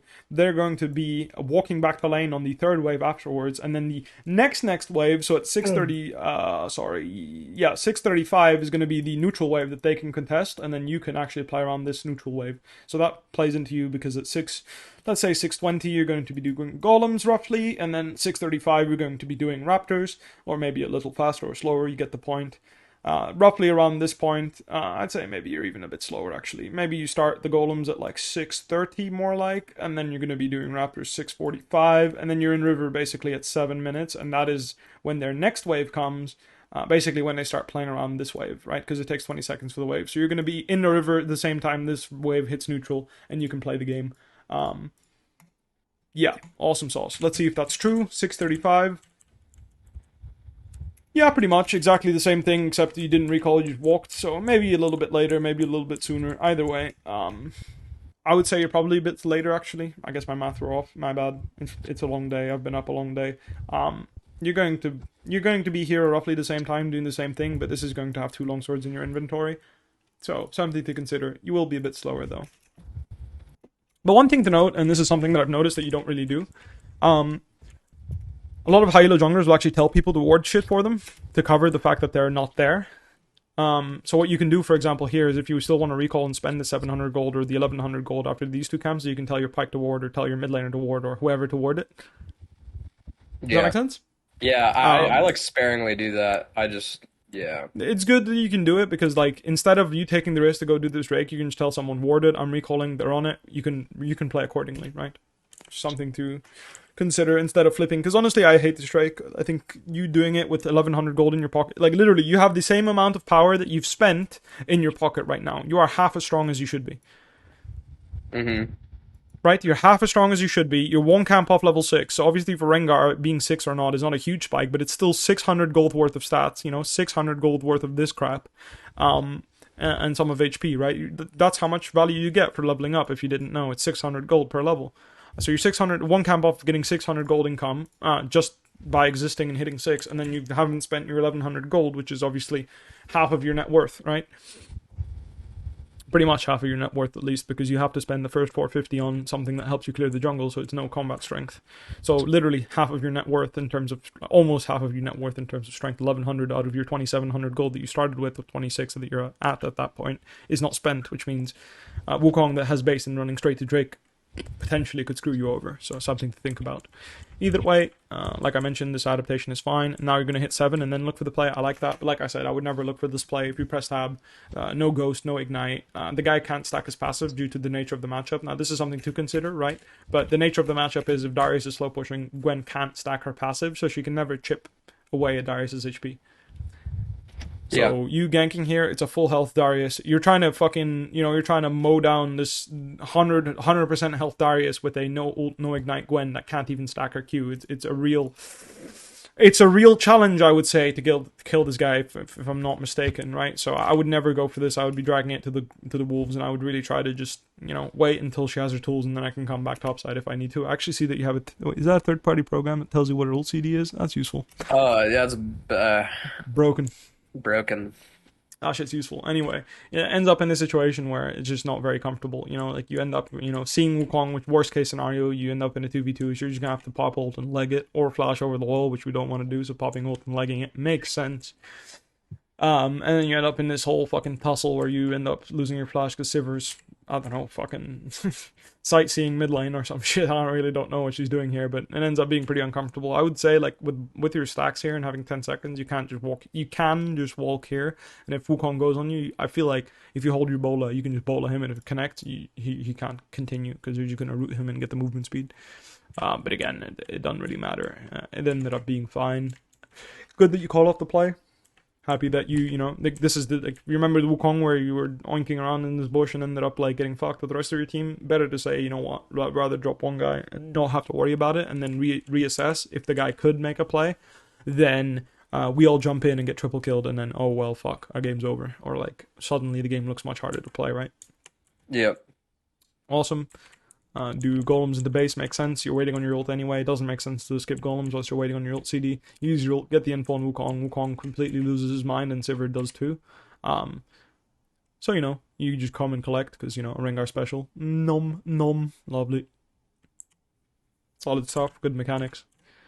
And here, like I mentioned, just think about it. It doesn't really change your base. You're gonna get Dirk anyway because you have, or like Warhammer anyway because you have whatchamacallit, you have Warhammer anyway because you have Futures Market. So it doesn't change it for you, but maybe it can change it for someone else. Just think about it. Yeah. Herald can influence someone else's recall. Alright, awesome. Little Schmite. Solid stuff. You push them out. So one thing to discuss here is, like, with my ult down and Akali's ult down, I wouldn't be looking to aggressively walk into the enemy jungle and take this space, even though you can, absolutely. Like, you can take pretty much this space, right? And then I'd say, like, pretty much, let me redraw this real quick. I don't think you're ever going to walk into this blue buff area. You're basically taking this bush, and taking that bush as Rengar means you take a little bit of extra space, right? So something like this. This is going to be the space you take with this movement of Pike, and then if you move in here, you're going to start taking more space here. Basically, this is the amount of space you guys are going to take, roughly, right, in the river plus bot lane. So, like, drawing a line, ideally, like, that's all the space you're going to take, basically. I'm sorry, it's more like here. So this is all the space you're going to take. Anything past that point, you're not going to walk into or pick a fight, but everywhere Wukong walks in this space, or on the blue lines, you will fight him to the death. The reason why I don't do this is Akali has an ult, and the dragon isn't up yet, so... one thing to note, even when this dragon spawns, how many seconds do you think it takes for Wukong to take this Drake, on average? Like 30, 45. He's kind of slow early. I don't know. I'm just... Right, so in other words, you can calculate the amount of time it takes him for actually to do the Drake and take it on top of the amount of time it takes you for you to be there. Yeah. Which is why I'm comfortable taking these two camps, because even if the Drake is going to be up as I'm doing the Wolves, it doesn't mean it disappears. I have time, as long as I have vision. As soon as he starts it, I drop the Wolves and start moving. I'm going to make it. That's what I'm saying. Right. And that's something to consider when you're jungling, is like here, if you're on Gromp, finish Gromp, Wolves, the dragon is up, he starts dragon, I can just drop the Wolves and go fuck with him, right? I don't actually, I have to, and that's assuming he beelines to the Drake and hits it when it spawns, which, let's be real, happens more often, does not happen most cases. Yeah. So, solid stuff, mechanics are good, you're kiting backwards in the bush to give him, a harder time to hit you. Very good, just to show people that are not so great at Rengar. Basically, he's using the fact that he has a jump, so he can back off and drag Wukong into him in case Wukong's attack moving, right? So you're dragging him closer to you by going downwards because you can jump on him anyway with your leap. So unlike other melee champions that would want to start, the micro would look more like you're stepping into Wukong. Rengar wants to drag you in because he's going to leap on you anyway. So really good mechanics there. Really like to see that on the Rengar. Solid stuff. Appreciate it. Very different from other melee champions. So you mentioned this, but yeah, instead of going bot lane and participating in this tower dive, you want to secure the dragon. This is obviously the jungler's mindset, is what I call it. Is like, this is the safe move. If we get this Drake, you're happy, the team is happy, and there's no risk involved. If you go bot lane and something disastrous happens, and you not only fail the play, and that might be a throw, you also lose the objective, which is an additional double throw. So again, I'm not going to tell you should do the Drake here. You need to participate, because that is what I would recommend if you're playing a competitive game. But if you're playing a competitive game, you can discuss the tools and how free it is, right? If Samir is telling you, like, dude, I'm going to 2v1 them if you don't come, that's how free it is, like, you can just be like, alright man, I'm coming. Right? But in solo queue, you don't have that opportunity to discuss these things, so you just go ahead and start the Drake, and I think that's okay. Just keep in mind, making the play, if it is free, is the right thing to do. That's all I want you to think about and keep in the back of your mind when you're, in case you're going to join a competitive team, or you're looking to join amateur or LCS or whatever, amateur, challenger or LCS, whatever it is. Keep that in mind if someone tells you what's going on. Communication is what would change your mind there, but the habit is also, like, dragging people to hit the Drake is never wrong.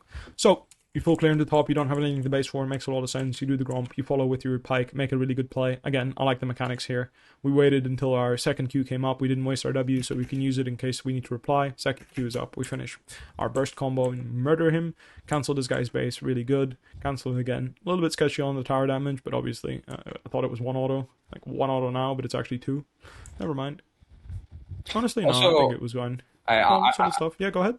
I wanted to mention for anyone watching, I moved in front of the Darius, so he has to choose between pulling me or Pike. I know you can also do that with Poppy or Chimera. Makes sense. Yeah. Good stuff. I just noticed almost no one does that, and it gives them free windows for free. Yeah, sure. No, I mean, actually, in this case, I think it would be better you didn't, because it is Pike specific. Yeah. Because Pike wants to E over him. But I like that you adjusted immediately by walking backwards. Like, you realized, right? You realize, oh fuck. And then instead of hitting him, you're actually running down until you're behind him and you don't stack on him. So your concept still applies, and I like the concept. Nice that you mentioned that. I appreciate it. And then their Nexus exploded because you're too good. Yes, sir. Awesome sauce. Alright, sweet. So let me actually go over this VOD again just to see what I can basically, so this is going to be the thing, like, nothing I see is things I disagree with, so at the end of the day, I think what you're doing is good. I like you have the habit of dragging it out as Rengar because it's in the bush, but usually dragging things out is better. The reason being is you can actually move to the fight. So I want you to actually have this habit as, like, Wukong, Lee Sin, Viego, every champion in the game. You want to drag a Herald closer to the space that you're going to contest with your laners. So the reason, like, you can do Herald, like, here, even closer, right? You can do it here and it won't reset, and then you can walk into this bush and then assist your teammates that are contesting this space if there is a fight, or you can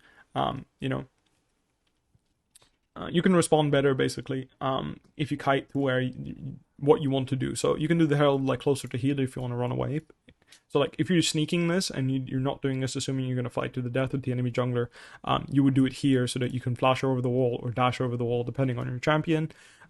If you want to fight, or you're playing Rengar and you want to just keep the bush in your control so you can fight around the bush, you can drag it into the bush if you like. But just be really mindful, I would say if Wukong face checks you right now, he's probably going to murder you because he's level 6 Wukong, and when you face check level 6 Wukong without all your spells, you are going to get fucked. I would say I would actually drag it here myself, because I want to be able to leave when Wukong shows up.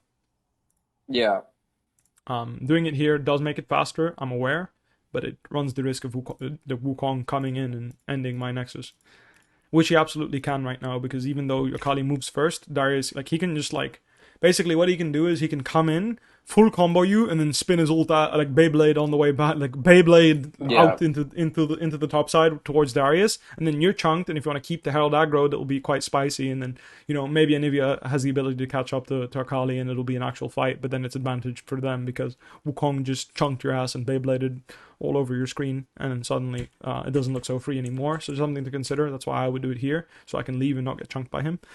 But again, you know, you're playing solo queue. Sneaking things almost always works, to be fair with you. A lot of people don't actually pay attention to neutrals. Even junglers are really bad at keeping track of them. So if you're on time on the herald and you're doing sneaking them, generally it's going to pay off. Already went over this decision, and I'll just like bring it up again just to give you a better insight. And actually, now that my brain has, you know, now that I've seen the situation play out, I can give you better advice. But anyway, recalling in this bush basically means because your bot lane is pushing out the 535 wave. Oh, wait, sorry.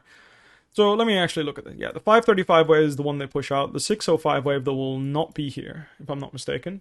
Right? They will not be here, which means 635 wave is when they arrive bot lane. So this is a wave they still won't be able to contest because they're probably catching this wave.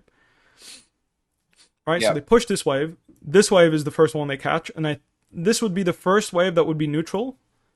That's what I think, at least. I don't know why it's not. I need to actually look at this, because for some reason in the VOD it's not the case.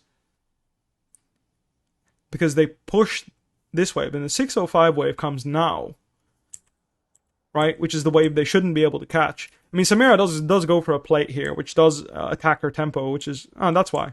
This is why she's late for the... there you go. This is why she's late for the 635 wave, because she took a plate. Now I understand. But normally, the 635 wave would be the one that she would be able to contest. I don't know why am I thinking you just go bigger. But the 635 wave is normally the wave she would be able to contest, but in this case, she's actually late for it, and playing in Sivir, she'll blow it up in, like, seconds, right? So, 705 is the wave that you guys are going to be able to contest and play around. Why is this relevant, and why do I want you to think about waves rather than jungle camps and etc.? Because if you can actually time yourself on which waves you need to be bot lane, you can be so much more efficient.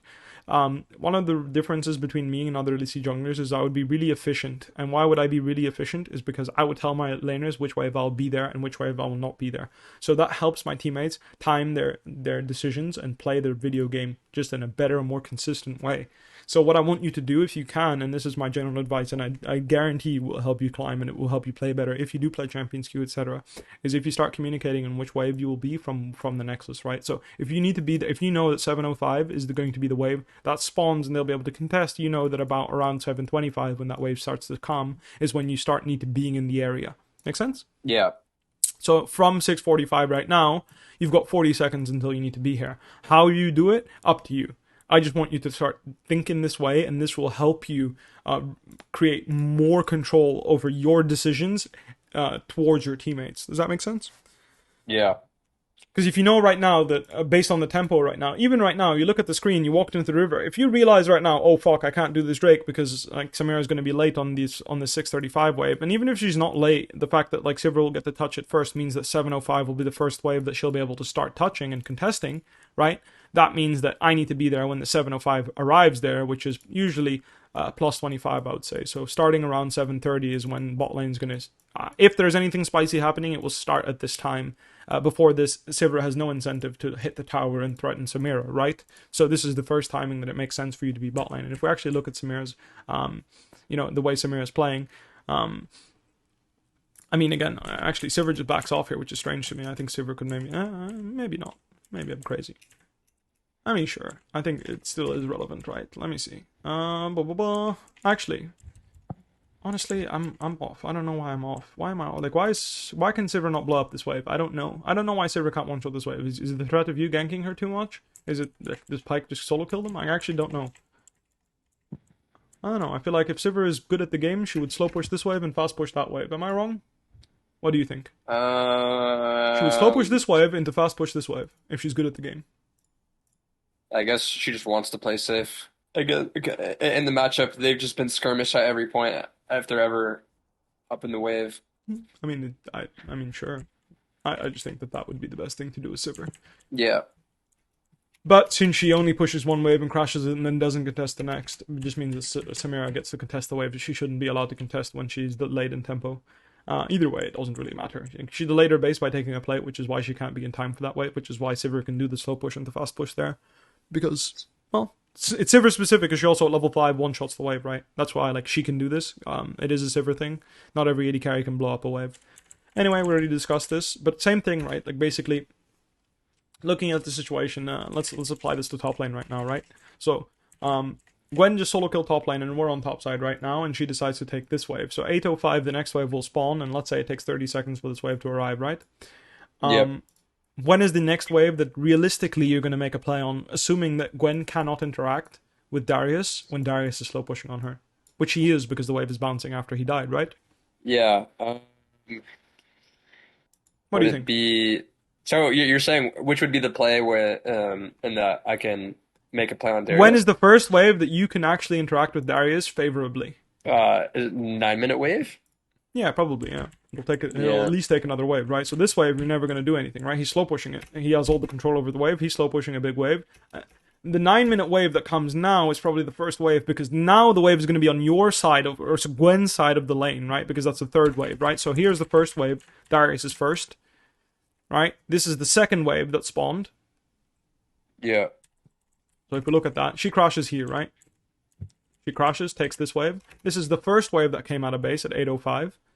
This is the next wave that came at 8:35. This is not going to be on, like, this is still going to stay relatively neutral, right?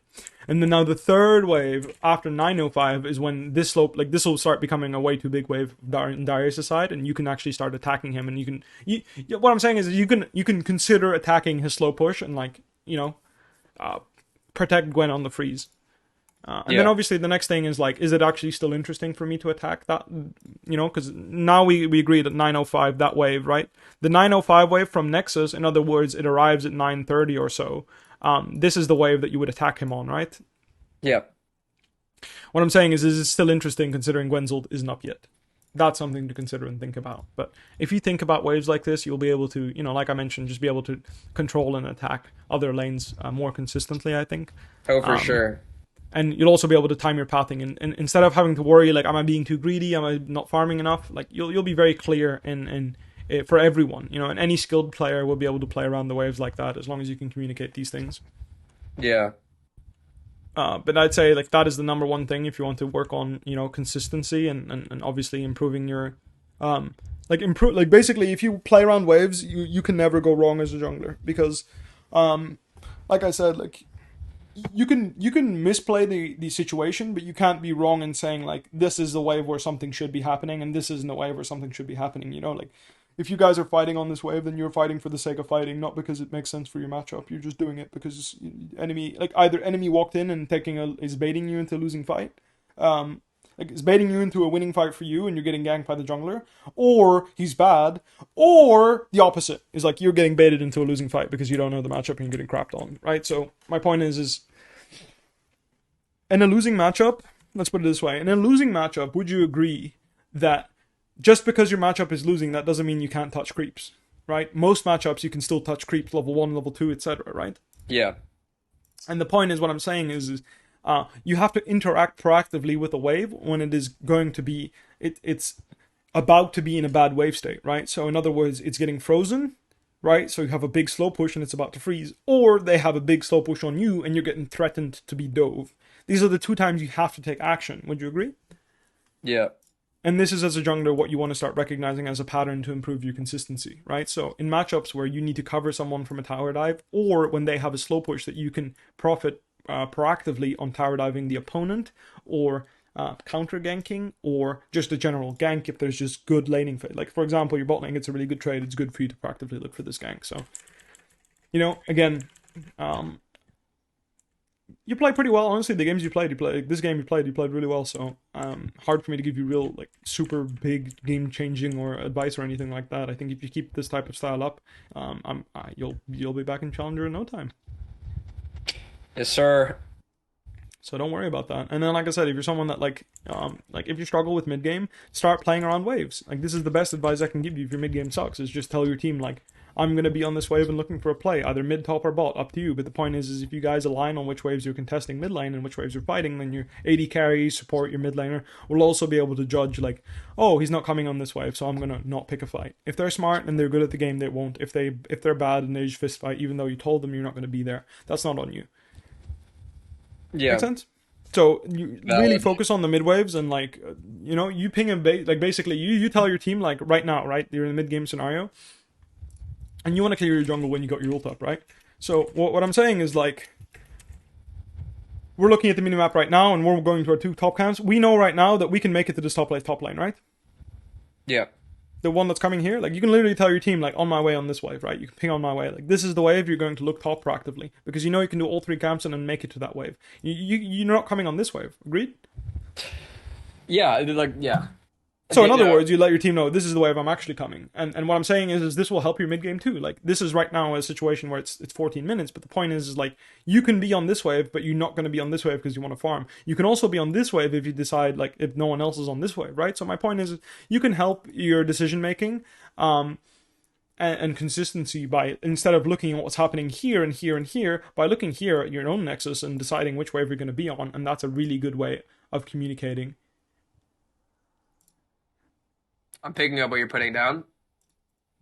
Thank you, I appreciate that. But that's the idea, and that will help you coordinate with any player in the world that is good at the game, okay? People that aren't good at the game can't talk in waves, they don't speak the language, but good players will be able to manage their waves and time their plays in mid-game according to the minion wave status, right? So, that's it, right? So in this case, you've made a play on this wave, and you're still making a play on this wave. Right? As simple as that. This is, in terms of timing of the game, this is what you're doing. You're making a play on the last wave, killing Darius, and then you're making a play on this wave. Obviously, like, you're fucking, you know, like, you guys are sending it, right? So you're skipping a wave ahead because you're just tower diving him straight up with the wave that's left over here. But the point is this wave is already out on the map, and if you recall, you won't be able to contest this wave. In other words, you're making a play on this wave. Does that make sense? It does make sense. Right, so the next wave you're going to be able to play on, if there is a play, your base right now would be the next wave out of Nexus. You can never make a play on this wave because you made a play on the last wave. Does that make sense? It makes sense. You're just saying wave a lot. Kind of funny. Okay, I'm Yes, just making yes. sure. That is the number one common denominator of competitive League of Legends and just high-level League of Legends is the wave. So yeah, I Wave. do say it a lot. But the point is, like, what would you do if you recall here? Like, realistically, let's say we burn our ultimate to make a play, right? What would happen? Would you make a play? You can't make a play on this wave, it was established because we're still gaming on this wave. So you make a call. Either you show up on this next wave, or the wave after that. So either you're making a play on the 515 wave, assuming you don't farm, you're going to base and make an insta play again, or you're going to decide to farm, and the 535 wave is going to be the wave that you're going to game on, right? Yep. You know what I mean when I say game on, right? Game You're gonna on? game on that. Well, I literally, as in, like, is Like, gonna I be the game. wave you game on, right? Yeah, I game. Like I fight. I Yeah, make shit happen. you pick a fight, you walk into their space, right? Yes.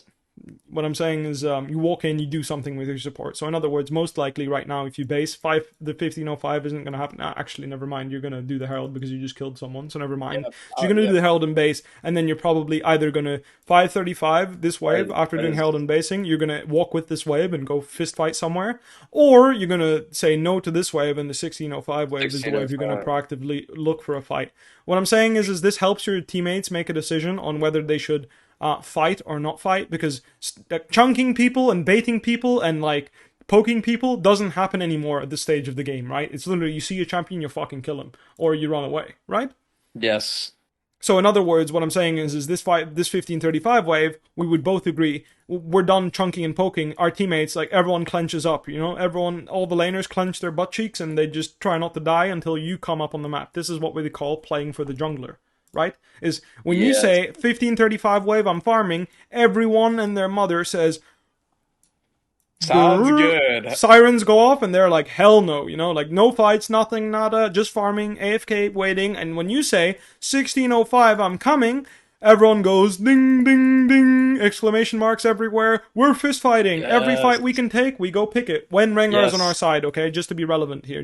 Sorry, not relevant. Just to make sure that this is clear. When you're on their side, this means exclamation marks. And on the flip side, the weak side should be thinking, oh, ding, ding, ding, we're making a play somewhere. Let's run. We're making a play not on my side. Time not to int. That's what should be happening, right? But again, for you, if you time yourself on these waves, it will be relevant for everyone and every game you play in high MMR. Yes.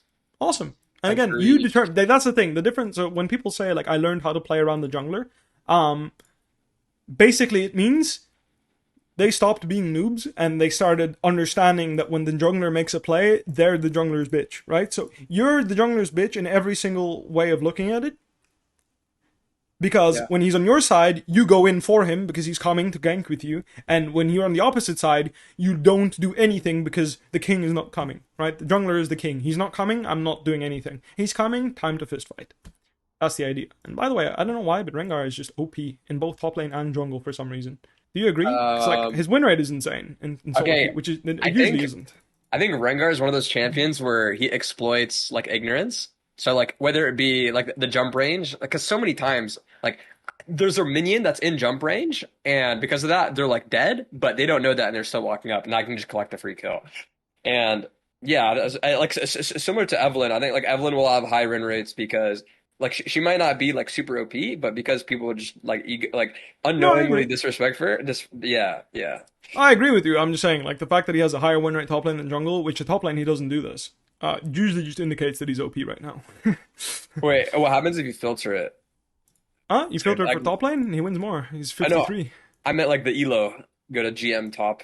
Probably is just going to. I mean, GM is going to have a really low sample size, so it's usually just scuffed. 365 games. I can't really judge on that, right? That could be one guy for all I know. But yeah, it still goes higher. But the point is you want to look at high elo. Usually D2 plus is to have at least decent more games. But his win rate goes Yeah. up.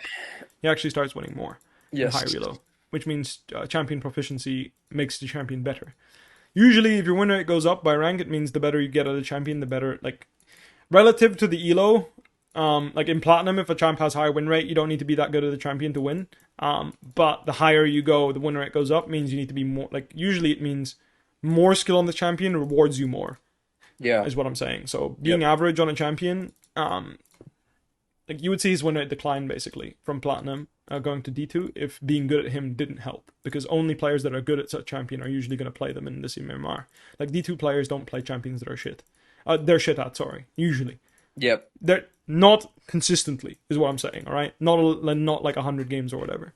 But I'm just surprised that he's winning this much. Like actually, he has a higher win rate in top lane than jungle. Actually, it evens out in D2 plus. So there you go. But if we go Masters Plus, we'll see. I mean, actually, the data on there's actually a lot of data on him in jungle. 58. That's crazy, by the way. Holy shit, Yeah. 4,000 games, 56. Wait, Rengar's just busted, bro. What the fuck? I think Rengar is like in all metas, he's like always A tier minimum, so he's like pretty solid to main. I'm going to disagree with you. He's been in the dumpster for a while, my man. Like, honestly, Really? I don't think he's Really? been that good for a while. I mean, obviously, like in solo queue, like in Masters Plus, because one tricks play him. But as far as I'm aware, he's really not like. I mean, I guess maybe I'm wrong. Like he's always been decent. I just don't think he's been 54, 56 material like he's right now. You know what I mean? Like Oh he's no. 51ing like majority of the time. Like he's had a steady climb up. You know what I mean? Like he hasn't been like a 52, 53% win rate champ for the thingy. But all of a sudden, look, this happens, and suddenly he's hard chilling at 53, 54, which is like 2% more win rate than he's normally at. That's fucking crazy, by the way. Like, look, he went Yeah. up 2% on average.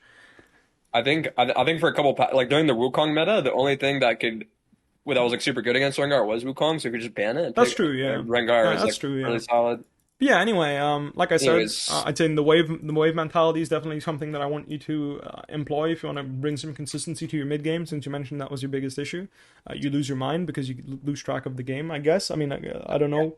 I listen Can't to know my for sure, but I listen to my demons and I make that like okay. one stupid play, but it's like around the 20-minute mark, so it just would end up losing Baron and then yeah. Yeah, I'm a lot better at listening to the rational part of my brain, but Awesome, that's yeah. definitely a huge drawback. Well, there you go. I mean, I think if you just tell people you're going to be there contesting on certain waves, or like in general, just mentally yourself, you don't even have to tell your teammates, then that will help you define this is my timing, I'm going to make a play, and then when you notice the next wave coming, it's like, oof, am I overstaying? Am I making my turn too long, right? Because you're taking a 30, 40-second turn at that point, right? Yeah. Is that turn too long? Because sometimes, picking a fight for 40 seconds at a time can be just too much, right? So you'll be able to limit yourself to, I'm going to take a 2-wave turn, a 1-wave turn here, and then deciding which wave that's on, that's up to you. But it will help your consistency guaranteed. Yeah, man. Appreciate the time. Honestly, I think your mechanics are really solid, and like I said, I mostly watch your good games. I didn't watch the games where you started dying a lot, but from the games that I did watch, I noticed that once you died once early game, your death score started going up really fast. So maybe try to start farming a bit more. Again, this is just a perception I have from the literal game that I watched there, right? It was like the Gragas game and the Rengar game that I watched. I skimmed through the first 5 minutes, and you went from 1 death to 3 really quickly on both of them. Yeah. So something Yeah. to keep in mind. Try to limit Yeah. the amount of risk you take once you die once. Yeah. All All right, that's gonna be it for me. right. Thank you, sir. Appreciate you joining. Just Oh, going ahead. What's your Twitch? oh, Rigid Dice. What is it? Rigid Dice. There you go. You're live. yeah. Awesome. Anyway, anyone wants to check him out, feel free. I actually think you played really well mechanically, so you want to go ahead and check him out. I think you should. Dude, I just got hosted Awesome. by Trick2G that legit jump scared me. You just Dude, saw me that's do. awesome. Well, I'm gonna close my stream out and I'm gonna host you as well because, like I mentioned, if you are gonna play more, are you gonna play more or not? Oh, for sure. I'm gonna go. I All have right. to like do a 24-hour stream or something now. I can't That's up to back you. out. Either way, I think you played really well this game. I'm gonna end up my stream. I'm gonna end up the call, and we're gonna move on. Anyway, uh, awesome to see Trick streaming you. I'm a big fan of Trick. He gave me some Volibear tips at some time. I really appreciated that. Honestly, it's nice. I have big respect for Trick. Watched his video for a really long time. Even in fact, to this day, I still watch his videos. So he's a fucking beast. Either way, thanks a bunch for getting the coaching and giving me the opportunity to try and break down what you do well, etc. And honestly, I think you have a bright future if you keep focusing on it. So good luck. Appreciate it, sir, and have a good one. Thank you for your You too, time. man. Peace All out. right, later. All right, sweet. Trick wanted to get some coaching too. I'd love to do that.